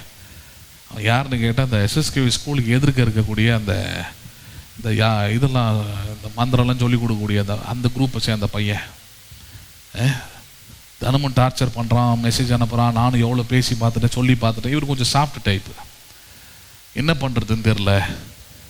அவனை அங்கேயே நிற்க வைங்க, நான் வரேன் அப்படின்னேன். நேராக போனேன். மேலே குடிமையாக இருந்தான் ஆள். வண்டி எடுத்துன்னு போய் நின்ன உடனே பயந்துட்டான். நான் போய் நின்ன உடனே நம்ப மாட்டேங்க, நின்ன உடனே காலில் தொட்டு கொண்டுட்டான். ஏன்னா உதவ போகுதுன்னு தெரியும். அடுத்தது கேட்டேன், எந்த ஊர் ராணி, என்ன பிரச்சனை உனக்கு? அவர் தான் மனைவின்றார். அதுக்கப்புறம் அவங்ககிட்ட நான் உன் பேச்சு உனக்கு, அவங்க தான் அந்த அம்மா அந்த பொண்ணு வேணாம் பேச வேணான்ற. அதுக்கு மீறி உனக்கு நாங்க நீ வந்திருக்கிறது மந்திரம் சொல்கிறதுக்கு வந்திருக்கிற, பாடசாலைக்கு வந்திருக்கிற. பாடசாலையில் இருக்கிற நீ எவ்வளோ கண்ணியமாக இருக்கணும், அதுவும் சின்ன பையன் வேற. என்ன நினச்சிக்கிட்ட? ஒன்றும் நடக்காது, நம்மளை யாரும் கேள்வி கேட்க மாட்டாங்க, ஹீரோன்னு நினச்சிக்கிட்டியா? மெசேஜ் அனுப்புகிற வரைக்கும் தான் ஹீரோவாக இருப்பேன். இப்போ தான் அங்கே பார்க்கு லைட்லாம் போட்டுக்கிறாங்க, அப்போ ஒன்றுமே கிடையாதுங்க. இப்போவே ஒன்று தூக்கி போட்டு பக்கத்தில் ஒரு காவா ஓடிக்கிறது, இதில் போட்டு ஒரே மெரி தான் ஒன்று, இடுப்பு எலும்புலாம் உடஞ்சி போயிடும். நாளைக்கு ஜென்மத்துக்கும் நீ கல்யாணம் இல்லை, எந்த பொண்ணையும் பார்த்தா பார்க்க முடியாத அளவுக்கு உடத்துல ஊனம் உண்டாக்கிடுவேன் அப்படின்ட்டு நம்ம ஸ்டைலில் ஒரு குத்து தான். அவ்வளோதான், மயக்கடிச்சு செத்த மாதிரி விழுந்துட்டான். கூட பயந்துட்டார், செத்து போயிட்டான் போல இருக்குது. அவன் செத்துலாம் போமாட்டான். அப்புறம் காலில் எட்டி கோவம், அதெல்லாம் இப்படி தான் நடத்தணும் அப்படின்ட்டு. அப்புறம் இவர் போய் சோடா வாங்கின்னு வர்றாரு. அவனுக்கு வாங்கின்னு வந்து அதான் சொன்னேன், நீ இந்த அளவுக்குலாம் நல்லவனாக இருந்தீங்கன்னா அவன் அப்படி தான் ஓவராக போவான். அதான் சொன்னேன், இதோட லாஸ்ட்டு பிடிக்கல வேணான்ட்டா ஓடிடணும். ரெண்டாவது அவங்க நீங்கள் யார் அப்படின்னு அவங்க கூட வந்த ஒரு பையன் அவன் ஒரு மஞ்சள் பை வச்சுன்னு பயந்துன்னு கேட்க உரிமை குரல் எழுப்புறான், நீங்கள் யார்? சர்ச்சு தெரியுமா? சர்ச்சில் இருந்தாங்கன்னா நீங்கள் இது மாதிரி சப்போர்ட்டுக்கு வருவீங்களா அப்படின்னு கேட்டேன். வர முடியாதுடா, ஆனால் நான் உதவின்னு கூப்பிட்றாரு. அப்போ கல்யாணம் ஆகலை எனக்கு, கூப்பிட்றாரு, வந்திருக்கிறேன். நீங்கள் இப்படியே பேசிக்கிட்டே இருந்தீங்கன்னா அடுத்தது உனக்கு ஒன்று விழுவும். உனக்கு நீங்களாம் வெறும் தயிர் சாதம் சாப்பிட்டு வளர்றவங்க, புரியுதா இல்லையா? லெக் பீஸாக சாப்பிட்டு வளர்றவன். நீ நைட்டு கூட சிக்கன் தான், அதனால் ஜாக்கிரதையாக இருந்துக்கணும், புரியுதா இல்லையா? உறவுகளில் சில உறவுலாம் ரொம்ப சென்சிட்டிவானது. அதான் சொல்கிறேன், பாஸ்டராகவே இருந்தாலும் சரி, புரியுதா இல்லையா? ஊழியத்தை நிமித்தம் நான் பாடுபடலாம், ஊழியத்தை நிமித்தம் நான் ஒருத்தர் காரி கூட துப்பிட்டு போகலாம். நீலாம் ஒரு ஊழியக்காரனா, நீ பண்ணுறதுலாம் ஒரு பிரசங்கமா, நீலாம் ஒரு ஊழியம் செய்கிறேன்னு துப்பிட்டு போகலாம். கிறிஸ்துவின் நிமித்தம் அந்த பாடம் என்ன பண்ணிக்கலாம், நான் தொடச்சிக்கிட்டு சகிச்சுட்டு போயிடலாம். ஆனால் சொந்த குடும்பத்தை ஒழுங்காக நடத்தவோ பாதுகாக்கவோ தெரியலனா நான் ஊழியம் செய்கிறதுக்கே இங்கே தகுதியானவன் அல்ல. ஹலோ, பேசுறது புரியுதுங்களா இல்லையா உங்களுக்கு? இது வேதத்தில் நீங்கள் படிக்கலாம். நீங்கள் யாக்கோபுக்கு மொத்தம் 13 பிள்ளைங்க. எத்தனை பிள்ளைங்க? ஏன்னா புரிகிறதுக்காக சொல்கிறேன். 13 பிள்ளைங்க. அதில் ஒரே ஒரு பொண்ணு தான், ஒன்று தான். 12 ஒரு மாதிரினா ஒன்று. அதில் ஒன்று ஏடா கூடமாக போயிட்டு ஒரு அந்நிய பையனோடு சேர்ந்து அவளை வேறு விதமாக நடத்திட்டான்னு சொல்லிட்டு 12 பேரும் சேர்ந்து போயிட்டு நைட்டோட நைட்டாக என்ன பண்ணிட்டானுங்க, மொத்த பேரையும் கொலை பண்ணியிருந்தா கூட பரவாயில்ல, அவனுங்க விருத்த சேதனம் பண்ணி விட்டானுங்க மொத்த பேருக்கும். ஹலோ, பைபிள் இருக்குதுங்க. அது எப்பட்றா தொடுவ, எதுக்குடா அது மாதிரி பண்ணிங்க? அதுவும் பார்த்தீங்கன்னா ரொம்ப பிளான் பண்ணி விட்டானுங்க. அதை இதெல்லாம் ஜெய்வியோ அப்படின்னு புரியுதுங்களா உங்களுக்கு? சரி, ஆனால் அது சரின்னு சொல்ல மாட்டா. சரியானது நீங்கள் இப்படி தான் செய்ய இல்லை, தப்பு தான். ஆனால் சில நேரத்தில் நாட்டோட நடப்பு சரியில்லை. பயம் இருக்கணும், அதிகாரத்தின் மேலே பயம் இருக்கணும், போலீஸ் மேலே பயம் இருக்கணும், சட்டத்தின் மேலே பயம் இருந்தால் இதெல்லாம் பண்ண மாட்டான், எவனும் செய்ய மாட்டான். பேச பயப்படுவான். பேச என்ன பண்ணுவான், நாளைக்கு அவங்க அம்மாவோ அவங்க அக்காவோ இதே நிலைமையில் வந்து நான் அதே மாதிரி நடந்துக்கிட்டா என்ன பண்ணுவான் அவன்? ரொம்ப கரெக்டாக கேட்டிங்க சார், ரொம்ப கரெக்டாக நடந்துக்கிட்டீங்க, நானும் கேட்கணும் அப்படி எப்படி சொல்லுவான்? எங்கள் அப்பா எங்கள் அண்ணா அப்படி தான் வருவான். புரியுதுங்களா உங்களுக்கு? இயல்பு, அது இயற்கை. ஆனால் நீங்கள் நைட்டு பாருங்கள், அந்த இயற்கை தூண்டுது என்ன, விட்டுறாத போ, அவனை உண்டுலன்னு பண்ணிவிடு நீ. ஏன்னா பல பிரச்சனை இருக்குது, எல்லா பிரச்சனையும் ஒரே ஒருத்தன் மாற்றான், மொத்தமாக என்ன பண்ணிவிட அவனை. ஆமாம், அது என்ன ஆனாலும் சரி அப்படின்ற அளவுக்கு போகுது. அதுக்கு தான் பாருங்கள், கிறிஸ்தவம் சத்தியத்தை அறிகிற அறிவு ஆவியானவர்லாம் ரொம்ப முக்கியம். மாம்சிகமாக அப்படி ஓடுது, அப்படி பிடிச்சி இழுத்து உட்கார வைக்கிறார். வெயிட் பண்ணு, பாதுகாப்பாக கொண்டாந்தல அதை பாரு, ஒரு சேதமும் வராது, அதை பாரு. கண்ட்ரோல் என்கிட்ட இருக்குது, நீ ஏன் பயப்படுற? நீ பாடணும், வேலையை என்ன பண்ண செஞ்சுக்கிட்டே இரு, அவ்வளோதான். புரியுதா இல்லையா உங்களுக்கு? இஸ்ரவேலை காக்கிறவர் உறங்குவதும் இல்லை தூங்குவதும் இல்லை, பாதங்கள் கல்லில் இடராதபடி தூதர்கள் கைகளிலே அதை விசுவாசி. இனிமேல் இதெல்லாம் நடக்காத அளவு கடவுள் இனிமேல் என்ன பண்ணுவார்? அதெல்லாம் வந்த பிறகு பாருங்க, என்ன தெரியும் சொல்கிறேன், அதெல்லாம் வந்த பிறகு ஒரு தெய்வீக சமாதானம். போய் அமைதி நல்லா படுத்து தூங்கியாச்சு. இல்லைன்னா மாம்சீகமாக இருந்தால் என்ன பண்ண முடியும்? எனக்கு 2-3 பேர் தெரியும் அதிகாரத்தில் இருக்கிறவங்கள. ஃபோன் பண்ணி அந்த சிசிடிவி ஃபுட்டேஜ் காலையிலேயே வாங்கிட்டு இருப்பேன். வாங்கி எந்த நம்பர்னு பார்த்து ஒரு மணி நேரத்தில் அந்த நம்பர் எடுத்துகிட்டு இருப்பேன். அட்ரஸும் கிடச்சிருக்கும், ஃபோன் நம்பரும் கிடச்சிருக்கும். அவனை எப்படி வர வைக்கணுமோ வர வச்சு அவனுக்கு நல்ல அருமையான ஒரு பாடத்தை என்ன பண்ணியிருக்கலாம், வச்சு செஞ்சு விட்டு ஆரம்பிச்சிருக்கலாம் அவனை. இது மாம்சீகமாக. அது செய்யாதபடிக்கு நம்மளை கட்டுப்பாடுபடுத்தி நம்மளை சரியாக்கி நம்மளை நிதானப்படுத்தி செய்வது யார்? பரிசுத்த ஆவியானவர். நம்ம அறிந்து கொள்கிற சத்தியம்தான். நம்ம இந்த மாதிரி சத்தியத்தை கேட்கலன்னு வச்சிங்களேன், அவனுங்கள மாதிரி இருந்தோம்னா இந்நேரத்துக்கு யாரா எனக்கு தெரியாது டிஎஸ்பியிலேருந்து இறங்கிட்டு இருப்போம். ஹலோ, பேசுறது புரியுதா இல்லையா உங்களுக்கு? ஆமாங்க, என் மனைவியோட வண்டியை ஒருத்தர் திருடிட்டு போகிறான், நானாக போய் ஜிபிஎஸ் போட்டு பிடிக்கிறேன். அவனுக்கு சப்போர்ட் எங்கேருந்து தெரியுமா வந்தது? அவனே சொன்ன, அரசன் பிரதர் சாட்சி எடுத்தது. நானும் அவர் தான் கோர்ட்டுக்கு போயிருந்தோம். அந்த திருட போன அந்த பையன் பாருங்க என்கிட்ட கெஞ்சறான், அண்ணா எங்களை மன்னிச்சு விட்ருங்க. நான் சொன்னேன், ஒன்று மன்னிச்சு விட்றது தான் இருக்கட்டும், சட்டத்துக்கிட்ட நீ மாற்றிக்கிட்டேன். ஏன்னா 1 வருஷம் ஆயிடுச்சு, இதுக்கப்புறம் நான் போய் பேசினா என்ன இது பண்ணுவாங்க, நீ எதுக்கு வந்தேன்னு மட்டும் சொல்லு, நான் யோசிக்கிறேன், நீ உண்மையை மட்டும் சொல்லிவிடு அப்படின்னு. அவன் மொத்த உண்மையும் கொட்டிட்டான். என்னை காப்பாற்றினது, எனக்காக வக்காலத்து வாங்கினது எல்லாமே பாஸ்டருடைய குடும்பத்தார் தான்ட்டு அவனே சொல்லிட்டான். அப்போ கூட அரசன் பிரதர் தான் எங்க கூட இருக்கிறார், ரெக்கார்ட் வேறு பண்ணி வச்சிருந்தாரு. அப்புறம் கருமம் அதுனா கருமத்துக்குன்னு டெலிட் பண்ணி விட்டாது. இந்த மாதிரி தான் தெரியுது, ஒரு குப்பை இது. எதுக்கு சப்போர்ட் பண்ணுறோம்? இப்போ இதே சம்பவம் என் சபையில் நடந்திருந்தேன்னா நான் முதல்ல தான் சொல்லியிருப்பேன், நீ பண்ணது முதல்ல தப்பு, நீ முதல்ல போயிட்டு என்ன பண்ணு, மன்னிப்பு கேளு. உன்னை காப்பாற்றலாம் முடியாது, உனக்காக இறக்கப்படுறேன், உனக்காக உன்னை அதுலேருந்து காப்பாற்றி விடுறதுக்கு முயற்சி பண்ணுறேன். ஆனால் உன்னை நிரபராத மாதிரி காட்டி அவனை என்ன பண்ண முடியாது, பாதிக்க வைக்க முடியாது. இவனுக்கு பண்ண வேலை பாருங்க, இன்னைக்கு வரைக்கும் எனக்கு ஆர்சி புக் கிடைக்கல அந்த பைக்குக்கு. அலைஞ்சி திரிஞ்சு காசு செலவு பண்ணி எந்த அநியாயமும் கிடையாது. நியாயமான விஷயத்துக்கே நான் இவ்வளோ போராட வேண்டியது. அப்புறம் தான் விட்டேன். ஐயோ அந்த பக்கமே போகக்கூடாது, அதை நம்பவும் கூடாது. அதை பேசுறது புரியுதுங்களா உங்களுக்கு? வேஸ்ட்டு. அப்போ மாம்சீகமாக பாருங்கள், நமக்கு சில விஷயங்கள் ரொம்ப சென்சிட்டிவாக தோணும், அடிச்சிடணும், கொண்டு வரும். அந்த மாதிரி ஒரு விஷயம்தான் யாருக்கு? ஆபிரகாமுக்கு. அது உடன்படிக்கை செய்யப்பட்டிருக்கு. கடவுள் ஒரு வாக்குத்தத்தம் கொடுத்து அதை நம்பி வேறு ஊரை விட்டு வர வந்திருக்கிறான். பல கிலோமீட்டர் நடந்து வந்திருக்கிறான், பல தேசங்களை தாண்டி வந்திருக்கிறான், பல பிரச்சனைகளை தாண்டி வந்திருக்கிறான். இது வரைக்கும் அவன் இப்படி வந்த ஒரு மனுஷனுக்கு ஒரே நாள் இரவில் மனைவி இல்லாமல் போகும்பொழுது அவன் என்ன செஞ்சிருக்கணும் அந்த இரவில்? அதான் சொன்ன, ஒரு நார்மலான ஒரு பர்சன், ஒரு அறிவில்லாதவன், ஒரு முட்டாளாக இருக்கிறவன், ஒரு ஆவிக்குரிய வளர்ச்சி இல்லாதவன் என்ன பண்ணியிருப்பான்? அந்த ராஜாவை சபிச்சு திட்டி அவனுக்கு எதிராக ஏதாவது பண்ண முடியுமான்னு பார்த்து ஏதாவது அப்படி தான் யோசிச்சிருப்பான். ஆண்டவர் அவங்க கிட்ட போய் சொல்கிறார், ராஜா கிட்ட சொல்கிறாரு, இங்கே பாரு, இவன் மனைவியை நீ நல்லபடியாக அமுச்சு விடு. ஆபிரகாம் எப்படிப்பட்ட ஆள் தெரியுமா? உன்னுடைய நன்மைக்காக அவன் என்ன பண்ணுவான்? அவன் வேண்டுதல் செய்வான். எப்படிப்பட்ட ஆள் அவன்? நீ இவ்வளோ பெரிய தப்பை பண்ணி வச்சிருக்கிற, இவ்வளோ பெரிய பாதிப்பு அவனுக்கு கொண்டு வந்திருக்கிற, இவ்வளோ பெரிய பாதிப்பு அவனுக்கு நீ செஞ்சு பெற கூட அவன் உனக்கு நீ பிழைக்கும்படிக்கு அவன் உனக்காக என்ன பண்ணுவான்? அவன் அப்போ தெரிதா இப்போ எப்படி ஜெபம் பண்ணோன்ட்டு? இப்போ அழிஞ்சு போனோம் ஜெபம் பண்ணக்கூடாது. அது ஒரு கிறிஸ்தவனுடைய ஜெபம் அல்ல. எப்படி ஜெபம் பண்ணுவான்? அவர்கள் பிழைக்கும்படிக்கு, மனம் திரும்பும்படிக்கு, ரட்சிக்கப்படும்படிக்கு, அவர்கள் வாழ்ந்திருக்கும்படிக்கு, நன்மையை பெற்றுக்கொள்ளும்படிக்கு அவர் உனக்காக என்ன பண்ணுவான்? அவன் இப்போ கூட உன்னை சபிச்சவன் ஜெபம் பண்ணியிருக்க மாட்டான்றார். இப்போ கூட அவன் என்னை நோக்கி, ஆண்டவரே அபிமெலேக்கு இப்படி பண்ணிட்டான், அவனை உண்டு இல்லைன்னு பண்ணுங்க அப்படின்னு சொல்லலப்பா. நீ பிழைக்கும்படிக்கு அவன் உனக்காக என்ன பண்ணுவான்? அவன் வேண்டுதல் செய்வனே. நீ செஞ்சிருக்கிற தவறு உன்னை கொல்லும், உன்னை அழிக்கும், உன்னை நிர்மூலமாக்கும். நீ நிர்மூலமாகாதபடிக்கு, உன்னை அழிக்காதபடிக்கு, நீ பிழைக்கும்படிக்கு அவன் உனக்காக என்ன பண்ணுவான்? வேண்டுதல் செய்வான் என்றார். எவ்வளோ பெரிய விஷயம் பாருங்க. 8ஆம் வசனம், அபிமெலேக்கு அதிகாலையில் எழுந்து தன் ஊழியக்காரர் எல்லாம் அழைப்பித்து இந்த சங்கதிகள் எல்லாம் அவர்களை கேட்கும்படி சொன்னான். அந்த மனுஷர் மிகவும் பயந்தார்கள்.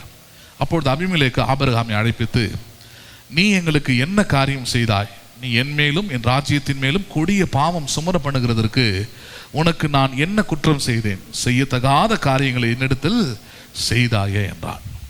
கேட்குறான், எப்படி வரும்? என்ன மாதிரி கான்சியஸ் பாருங்க. இப்போ என்னப்பா வேலை பார்த்துருக்குற நீ? என்னுடைய ராஜ்யமும் நானும் என் மக்கள் அழிஞ்சு போயிருப்போம்ல, என்ன வேலை? ஏன் போய் சொன்னேன்னு கேட்குறான். அது அப்போ தான் இந்த விளக்கம் கொடுக்குறான் ஆபிரகாம். நான் சொன்ன விளக்கம் ஒரு விதத்தில் உண்மை. ஆனால் இன்னொரு பக்கம் என்ன பிரச்சனை? நான் சகோதரன் சொல்லனா என்னை கொண்டு போட்டுருவாங்க அப்படின்றான். அதனால அந்த பொய்யை சொன்னேன். ஆனால் ஒரு விதத்தில் அவள் என் தகப்பனுக்கு அவள், ஆமாம் தாய்க்கு இல்லை தகப்பனுக்கு அவள் மகனாக. அந்த விதத்தில் நான் என்ன பண்ணிட்டேன்? அந்த உறவு முறையை சொல்லி நான் தப்பிக்கிறதுக்காக பயன்படுத்தினான்றான். அப்புறம் அபிமெலேக்கு அவனை மன்னித்து விட்டு அவனுக்கு சில வெகுமதிகளும் கொடுத்துட்டு பண்ணுறான். இப்போ கவனிங்க அடுத்தது. ஆண்டவர் சொன்னார் இல்லையா அவனை பற்றி, ஆபிரகாம் பற்றி, இங்கே பாரு, நீ இவ்வளோ பெரிய தப்பு பண்ணியும் அவன் நீ பிழைக்கும்படிக்கு உனக்காக என்ன பண்ணுவான்? அவன் விண்ணப்பம் பண்ணுவான்ட்டு. இது அப்படியே ஆபிரகாம் நிரூபித்து செயல்படுத்தி காட்டுறான். எப்படி? கடைசி வசனங்கள் பாருங்க, 17, 18. ஆபிரகாமுடைய மனைவியாகிய சாராளை நிமித்தம் கர்த்தர் அபிமெலேக்கினுடைய வீட்டாரின் கர்ப்பங்களை எல்லாம் அடைத்திருந்தபடியால் ஆபிரகாம் தேவனை நோக்கி வேண்டிக் கொண்டான். யாரை நோக்கி வேண்டிக் கொண்டான்? இப்போ கவனிங்க, எவ்வளோ பெரிய இது. ஆபிரகாமின் சந்ததி கிறிஸ்துவின் சந்ததினா இப்படி தான் இருக்கணும். எப்படி வேண்டிக் கொண்டான்? அப்பொழுது தேவன் அபிமெலேக்கையும் அவன் மனைவியும் அவன் வேலைக்காரிகளையும் குணமாக்கி பிள்ளை பெறும்படி என்ன பண்ணினாராங்க? அப்ப என்ன ஜெபம் பண்ணியிருக்கிறான் பாருங்க. என் நிமித்தமாக அவர்கள் மல்லடிகள் ஆகக்கூடாது, எங்கள் நிமித்தமாக அவன் பாவத்தை சுமத்தக்கூடாது, என் நிமித்தமாக அந்த சாபத்தை அவன் மேல வர வைக்காதீங்க ஆண்டவரே. அவர்கள் மேல இருக்கிற அந்த பாவத்தை சாபத்தை எல்லாவற்றையும் அகற்றி அவர்களை குணமாக்கி அவர்களை பிள்ளை பெறும்படி செய்வீராக. தனக்கு ஒரு பிள்ளை கூட இல்லை, அப்ப ஜெபம் பண்றான். நல்ல கவனிங்க, தன்னுடைய மனைவியாகிய சாராளிலிருந்து பிள்ளை ஒன்றும் பிறக்கவே இல்லை. அப்ப அபிமெலேக்குக்காக யார் இந்த அபிமெலேக்கு? அவனுக்கு துயரப்படுத்தினவன், துன்பப்படுத்தினவன், அவன் மனைவி எடுத்துக்கொண்டவன். அவனுக்காக ஆபிரகாம் ஜெபம் பண்றான், ஆண்டவரே அவனை குணமாக்கி அவனுக்கு பிள்ளை பெறும்படி செய்வீராக, சந்ததியா இருக்கட்டும். நம்ம எந்த அளவுக்கு போயிடுறோம் தெரியுமா? அதான் வித்தியாசத்தை சொன்னேன். நான் பாட்டு இங்கே ஊழியத்தை ஆரம்பிச்சு நான் செஞ்சுக்கிட்டு இருந்தா 23 வயசு பையன் இறந்து போகிறது உங்களுக்கு கொண்டாட்டம், உங்களுக்கு சந்தோஷம், அது ஊர் ஃபுல்லாக சொல்லி சந்தோஷப்படுறீங்க. கேட்டால் நாங்கள் ஜோம் பண்ணோன்றீங்க. இதெல்லாம் நியாயமான வேலையா? இதெல்லாமே இது உனக்கு கூஜா தூக்குறதுக்கு, உனக்கு ஆமீன் போகிறதுக்கு ஒரு 4 அல்லகைங்க வேற. இன்னைக்கு எல்லாம் தலை கமிழ்ந்து போகுதுங்க இன்னைக்கு. ஹலோ, இன்னைக்கு எல்லாம் என்ன பண்ணுது? யார் பண்ணுது இதை? யார் பண்ணுது? நான் இல்லை, பக்கத்து வீட்டு அம்மா சொல்கிறேன். எனக்கு என்னடா முன்னெல்லாம் போகும்போது அப்படி எச்சத்து போவாளுங்க, என்னென்னவோ பண்ணிட்டு போவாளுங்க. அன்றைக்கி ஒரு போன வாரம் பேசிக்கிட்டு இருக்கிறோம் பாருங்க, ஒருத்தர் இருக்கிறாங்க அப்படியே தலை குனிஞ்ச மேனிக்கே போகிறாள். ஆமாம், அப்படி தான் போய் ஆகணும் இனிமேல்லாம். ஏன்னா இங்கேருந்து போக விட்டாச்சு, கிளப்பி விட்டாரு. இதுக்கப்புறம் என்ன பண்ண முடியாது இங்கே? ஆமாம், இந்த நிமிர்ந்து பார்க்குறது, துப்புறது, எங்கள் பாஸ்ட்டு பெரியவர், அதெல்லாம் என்ன பண்ண முடியாது, இங்கே பேசவே முடியாது. பேசுறது புரியுதுங்களா? கர்த்தர் செய்தால் பாருங்க, அப்படி தான் செய்வாராங்க, புரியுதா இல்லையா? அதனால் அவங்க நாசமாக போட்டுன்னு இன்றைக்கும் நினச்சதில்லை. அன்றைக்கி கூட காலை வீட்டுக்கிட்ட சூப்பராக சபை கட்டுறாங்க. நான் எங்கள் வீட்டில் சொன்னாலும் சபை கட்டுறாங்க, நல்லா அழகாக கட்டட்டும், ஒன்றும் சிறப்பாக கட்டட்டும். ஆனால் சிறப்பானதை போதிங்க, சிறப்பான இயேசு என்ன பண்ணுங்க, ஜனங்களுக்கு சொல்லிக் கொடுங்க. வெறும் பிழைக்கிறதுக்கான ஆதாரமான பண்ணிடாதீங்க, சபையை மாற்றுறாதீங்க. பிஸ்னஸ் கிடையாது. பிஸ்னஸ் பண்ணால், தொழில் பண்ணால் 1000 தொழில் இருக்குது உலகத்தில், சூப்பராக பண்ணிட்டு போகலாம். என்ன கேளுங்க, நான் கொடுக்குறேன் ஐடியா. சுவிசேஷத்தை நிமித்தமாக கைகள் செங்கலில் ஆள் கட்டப்பட்ட மாதிரி கட்டப்பட்டிருக்கிறேன். அவுத்து விட்டார்னா மாதத்துக்கு லட்சக்கணக்கில், கோடிக்கணக்கில் அவ்வளோ விஷயம் இருக்குது உலகத்தில். நம்ம வெறும் சில விஷயங்களில் மாட்டிக்கிட்டு தவிக்கிறோம். ஒரு 18,000, 20,000, 50,000 சம்பளத்தில் மாட்டிக்கிட்டு தவிக்கிறோம். அந்தளவுக்கு உலக அறிவோடு தான் நம்ம வாழறோம், இல்லைன்னு சொல்ல. அப்போ பிஸ்னஸாக ஊழியத்தை பார்க்கணும். ஏன்னா பார்த்துட்டிங்கன்னா இதெல்லாம் ஜனங்களுக்கு என்ன பண்ண முடியாது, சொல்லிக் கொடுக்க முடியாது. ஜனங்களை அவங்கள பாருங்கள், அதுங்க ஒன்றும் தெரியாதுங்க. பாவம், ஏதோ சபைக்கு வரதுங்களை பார்த்துட்டு எங்களுக்கு எதிராக சபை கட்டுறீங்க, எங்களுக்கு எதிராக நீ ஊழியம் செய்கிறீங்க, எங்களுக்கு எதிராக பண்ணிட்டோன்னே ஏதோ பாஸ்டுக்காக நிற்கிறோன்னு நிற்குதுங்க. அது பாவம். அப்புறம் அடி வாங்க போகிறது அதுங்க தான், மூஞ்சில் குத்து வாங்க போகிறது அதுங்க தான், அப்புறம் வாழ்க்கையில் கஷ்டப்பட போகிறதும் அதுங்க தான். எதுவுமே நான் செய்ய போகிறதில்ல, அது தானாகவே நடக்கும் அவங்களுக்கு. பேசுறது புரியுதுங்களா இல்லையா அவங்களுக்கு? அதனால தான் ஊழியத்தை நடத்துறீங்க, ஊழியக்காரங்களாக இருக்கிறீங்க, சபையில் இருக்கிறீங்க, ஜபத்தை பண்ணுறீங்கன்னா, ஜபம் மற்றவங்களை அழிக்கணும், ஒழிக்கணும், நாசமாக போகணும், அதுக்காக ஜபம் பண்ணக்கூடாது. புரியுதுங்களா இல்லையா? உங்களை துன்பப்படுத்துகிறவர்களுக்காகவும் உங்களை நிந்திக்கிறவர்களுக்காகவும் பிழைக்கும்படிக்கு என்ன பண்ணுங்கள், நீங்கள் ஜபம் பண்ணுங்கள். அவர்கள் குணமாகும்படி என்ன பண்ணுங்கள், ஜபம் பண்ணுங்கள். நம்புறீங்களா நீங்கள் அதை? அப்போ ஜபம் வரும்போது இப்படி தான் இருக்கணும். சத்துருக்களாக இருக்கலாம், வேதனைக்குரியவர்களாக இருக்கலாம், பகைத்தவர்களாக இருக்கலாம், யார் வேணா இருந்துட்டு போட்டோம். அதான் சொல்கிறேன், மாம்சிகம் அவங்கள பழி வாங்கணும்னு தோணுது, மாம்சிகம் அவங்க அழிஞ்ச நல்லா இருக்கும்னு தோணுது. ஆனால் நீங்கள் யார்? மாம்சிகமானவர்களா? இல்லையே. நீங்கள் கிறிஸ்துவுக்குள் பிறந்திருந்தால், நீங்கள் கிறிஸ்துவுக்குள் புது சிருஷ்டியாக இருந்தால், நீங்கள் இப்படி தான் சிந்திக்கணும், இப்படி தான் ஜெபிக்கணும், இப்படி தான் நீங்கள் மாம்சத்தை பிசாசை மேற்கொள்ளணும். பாருங்க, யாரையும் அழிந்து போகவோ இல்லை நாசமாக போகவோ ஜெபிக்க மாட்டேன். என்னதான் ஜெபம் பண்ணுவேன் நான்? பிழைக்கும்படிக்கு, குணமாகும்படிக்கு, மனம் திரும்பும்படிக்கு, நன்றாக இருக்கும்படிக்கு தான் ஜெபம் பண்ணுவேன். இதில் என்ன தெரியுமா ஒரு ஃபார்முலா இருக்குது, நீங்கள் அப்படி பண்ணிட்டீங்கன்னா அதுக்கு பாத்திரவான்களாக அவர்கள் இருந்தால் அது அவர்களுக்கு பலிக்கும். ஒரு வேளை இல்லைன்னா it will return back to you. அது யாருக்கும் வரும், அது உங்களுக்கு வந்து சேரும். அதுதான் ஆபிரகாமுக்கு சொன்னார், உன்னை சபிக்கிறவர்களை நான் என்ன பண்ணுவேன், சபிப்பேன். உன்னை பார்த்து யாராவது சபிக்கிறாங்களா, அதை அப்படியே ரிட்டர்ன் அவங்களுக்கு அனுப்பிச்சிடுவேன். உன்னை யாராவது ஆசீர்வதிக்கிறாங்களா, அதையே என்ன பண்ணுவேன், அப்படியே ரிட்டர்ன் அனுப்பிச்சிடும். அப்போ நீங்கள் அதனால தான் ஜாக்கிரதையாக இருக்கணும்.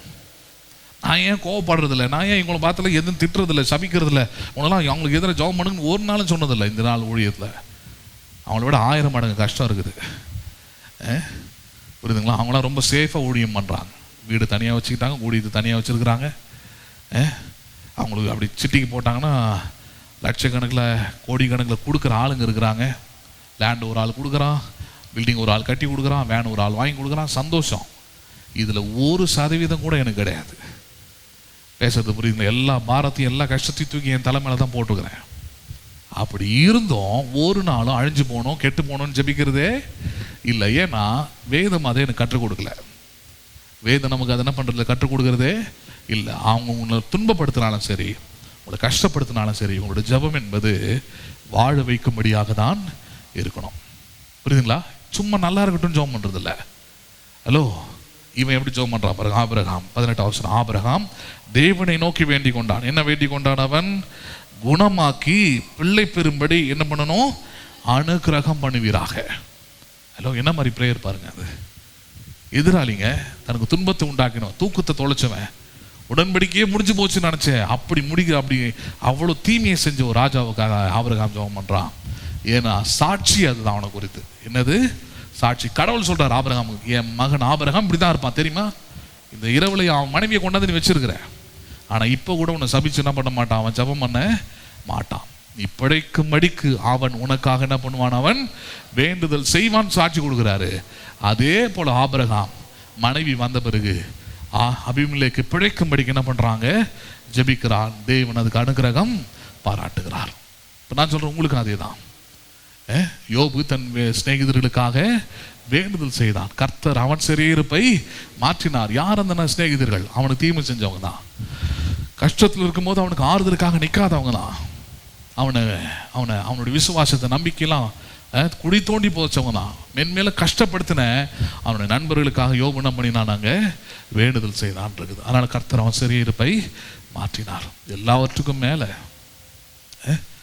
தன்னை காரி துப்பி தன்னை வாரினால் அடித்து தெரு தெருவாய் இழுத்துட்டு வந்து அலங்கோலப்படுத்தி அசிங்கப்படுத்தி சிலுவையில் தூக்கி மாற்றி தொங்க வைக்கப்பட்ட பிறகு, தேவகுமாரனே ஆனால் இறங்கி வாடா அப்படின்னு அவரை பரியாசம் பண்ணும் போது கூட இவ்வளோ காரியத்தை சகித்து கொண்டு சொன்னார், பிதாவே இவர்களை மன்னியும். என்னது அது? புரியுதா உங்களுக்கு? இதெல்லாம் கேட்டுட்டு போகிற விஷயம் இல்லை, ப்ராக்டிக்கலில் கொண்டு வரணும். அதுக்கு தான் இந்த உபதேசம் செய்யப்படுகிறது, இந்த பிரசங்கம் செய்யப்படுகிறது, இந்த சத்தியம் சொல்லப்படுகிறது. வாழ்க்கையில் அப்படி பண்ணிட்டீங்கன்னா நான் சொல்கிறேன், மன்னியும்னு நீங்கள் ஜெபம் பண்ணீங்க இல்லையா, அவர்களுக்கு முன்பதாக உங்களை நிந்தித்து அவமானப்படுத்தினவர்களுக்கு முன்பதாக இயேசு எப்படி மகிமையாய் மரணத்தையே வெற்றி சிறந்து எழுந்தாரோ, அதே போல நீங்களும் உங்களை நிந்திக்கிறவர்கள், சபிக்கிறவர்கள், துன்பப்படுத்துகிறவர்கள், துயரப்படுத்துகிறவர்கள் மத்தியில் கர்த்தர் உங்களை உயர்த்தி என்ன பண்ணுவார்? அவர் மகிமைப்படுத்துவார். ஆசீர்வாதமாக இருப்பீங்க. எப்படி இருப்பீங்க? நீங்கள் நல்லா இருப்பீங்க. நீங்கள் அதுக்கு தான் அடிக்கடி சொல்கிறது, விசுவாசி ரெண்டே நிலையில் தான் இருக்கணும். ஒன்று, உங்களை பார்த்து வைத்தறிச்சல் பண்ணணும், எல்லாரும் வயிறு எறியணும், நல்லா இருக்கிறாளே அப்படின்ட்டு அந்த வைத்தறிச்சல் சொல்கிறேன். இல்லைன்னா ஐயோ நல்லா இருக்கிறாளே, நல்லா இருக்கிறாங்களே, இவங்க எந்த ஆண்டவர், இவங்களுக்குள்ள எந்த நம்பிக்கை, எது இவங்களை மாற்றிடுச்சு, அந்த ஆண்டவரை தேடி நம்ம என்ன பண்ணணும்? போகணும். இதுதான் கொண்டு வரணுங்க. ஏன்னா ஈசாக்குடைய ஆசீர்வாதம் சொல்லி கொடுக்குறது அதுதான் நமக்கு. அவன் என்னுடைய துறவுகள் எல்லாத்தையும் தூற்று போட்டாள், மண்ணை போட்டு மூடினாங்களாம் ஆதாரத்தையே, கிணறு எல்லாமே. அவன் ஒன்றும் சபிக்கலை, திட்டலை, ஒன்றும் செய்யலை, கடந்து போய்கிட்டே இருந்தான்.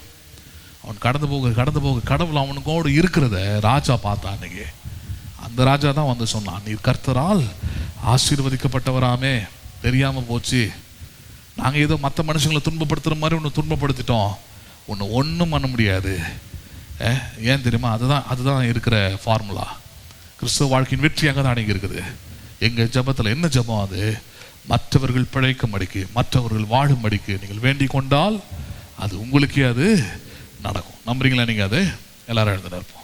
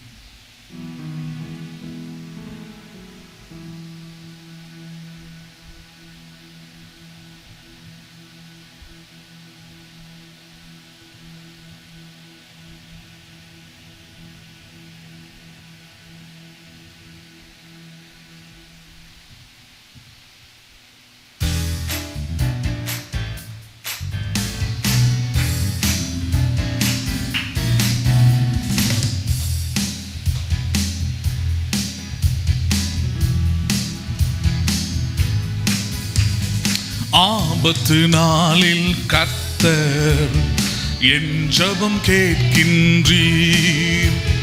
யாக்கோபின் தேவனின் நாமம் பாதுகாக்கின்றது. ஆபத்து நாளில் கர்த்தர் என் ஜெபம் கேட்கின்றீர். யாக்கோபின் தேவனின் நாமம் பாதுகாக்கின்றது. என் துணையாளர் நீர்தானே, சகாயர் நீர்தானே. என் துணையாளர் நீர்தானே, சகாயர் நீர்தானே. நீர்தானே என் துணையாளர், நீர்தானே என் சகாயர். நீர்தானே என் துணையாளர், நீர்தானே என் சகாயர். ஆபத்து நாளில் கர்த்தர் என் ஜெபம் கேட்கின்றீர். யாக்கோபின் தேவனின் நாமம் என்னை பாதுகாக்கின்றது. ஆபத்து நாளில் கர்த்தர்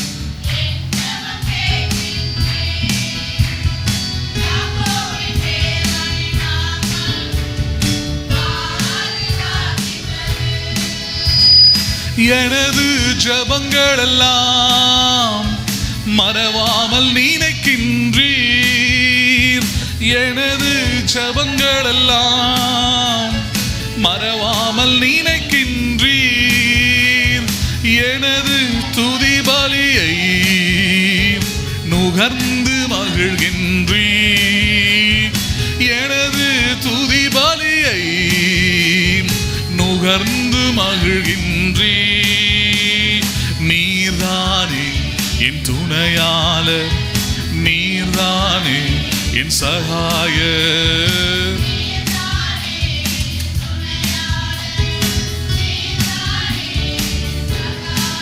ஓ ஆபத்து நாளில் கர்த்தர் என் ஜெபம் கேட்கின்றீர். யாக்கோபின் தேவனின் நாமம் என்னை பாதுகாக்கின்றது. ஆபத்து நாளில் கர்த்தர் என் ஜெபம் கேட்கின்றீர். யாக்கோபின் தேவனின் நாமம் என்னை பாதுகாக்கின்றது. என் துணையாளர் நீர்தானே, சகாயர் நீர்தானே. என் துணையாளர் நீர்தானே, சகாயர் நீர்தானே. நீர்தானே என் துணையாளர், நீர்தானே என் சகாயர். நீர்தானே என் துணையாளர், நீர்தானே என் சகாயர். நீர்தானே என் துணையாளர், நீர்தானே என் சகாயர். நீர்தானே என் துணையாளர், நீர்தானே என் சகாயர். எங்கள் அன்பும் இருக்குமுள்ள பரலோக தகப்பனே, இந்த ஆசீர்வதிக்கப்பட்ட இந்த நல்ல மாலை வேலைக்காக நன்றி செலுத்துகிறோம். கேட்ட வார்த்தைகளை, வசனங்களை கர்த்தர் ஆசீர்வதிப்பீராக. பேசப்பட்ட வார்த்தைகளை ஒவ்வொன்றும் ஜெபத்தை குறித்தும் அதை குறித்த சத்தியத்தை, ஞானத்தை, அறிவை வெளிப்படுத்தட்டும் ஆண்டவரே. எங்களை பகைக்கிறவர்கள், நிந்திக்கிறவர்கள், சத்துருக்களாக இருக்கிறவர்கள், எங்களுடைய நலனை விரும்பாதவர்கள், எங்களுடைய தீமையை எதிர்பார்த்து கொண்டிருக்கிறவர்களும் பிழைக்கும்படிக்கு, குணமாகும்படிக்கு, அனுக்கிரகம் பண்ணும்படியாக ஜெபிக்கிறவர்கள் என்கிற சாட்சியை உம்மிடத்தில் பெற்றுக்கொள்ள அப்படிப்பட்ட ஒரு சாட்சி உள்ள ஒரு வாழ்க்கையை கர்த்தர் நீர் எங்களுக்கு தருவீராக. நாங்கள் எங்களுடைய நலனுக்காக அல்ல, நாங்கள் எங்களுடைய சுயநலத்திற்காக அல்ல, மாம்சத்தின் பிரகாரமாக அல்ல ஆண்டவரே. எல்லா சூழ்நிலைகளிலும் கேட்ட சத்தியத்தின்படியே, வசனத்தின்படியே நிலை நின்று ஜெபிக்க, சாட்சியாக நிற்க, ஆபிரகாமை குறித்து நீர் சொன்ன சாட்சியின்படியே எங்களுடைய சாட்சியம் உமக்குள்ளிருந்து வெளிப்பட நீர் எங்களுக்கு உதவி செய்யும். கேட்ட ஒவ்வொரு உள்ளத்திலும் பரிசுத்த ஆவியினர் கிரியை செய்வீராக. இப்பொழுதும் பலவிதமான தேவைகளோடு, பாரங்களோடு இருக்கிற உடைய பிள்ளைகளுக்கு, வேண்டுதல் செய்கிற உடைய பிள்ளைகளுக்கு, ஜெபிக்கிற உடைய பிள்ளைகளுக்கு கர்த்தர் நீர் வழிகளை திறப்புவீராக. ஆபிரகாமின் தேவன் நீர் ஒவ்வொருவரோடும் உம்முடைய நன்மையை, ஆசீர்வாதத்தை அளவில்லாமல் தருகிறவர், ஜெபத்தை கேட்கிறவர் நீர் ஆண்டவரே. நீர் ஜெபத்தை கேட்டவருடைய விண்ணப்பங்களுக்கு செவி கொடுத்து எல்லா நன்மையான ஈவுகளையும், நன்மையான ஆசீர்வாதங்களையும் அவர்களுக்கு பரிபூர்ணமாக நீர் தருவீர் என்று சொல்லி ஜெபிக்கிறோம். கர்த்தர் அப்படியே செய்வீராக. இயேசுவின் நல்ல நாமத்தில் ஜெபிக்கிறோம் ஜீவனுடைய நல்ல பிதாவே, ஆமென். என் ஆத்துமாவே கர்த்தரை ஸ்தோத்திரி, என் முழு உள்ளமே பரிசுத்த நாமத்தை ஸ்தோத்திரி. என் ஆத்துமாவே கர்த்தரை ஸ்தோத்திரி, கர்த்தர் செய்த சகல உபகாரங்களை மறவாதே. ஆமென். ஆசீர்வாதம் நம்முடைய கர்த்தராகிய இயேசு கிறிஸ்துவின் கிருபையும் பிதாவாகிய தேவனுடைய அன்பும் பரிசுத்த ஆவியானவருடைய ஐக்கியமும் இன்றைக்கும் என்றைக்கும் சதா காலமும் நம் அனைவரோடும் கூட இருப்பதாக. ஆமென். ஆமென். God bless you. மீண்டும் உங்களை நான் அடுத்த ஆராதனையில் சந்திக்கிறேன். கர்த்தர் உங்களை ஆசீர்வதிப்பாராக.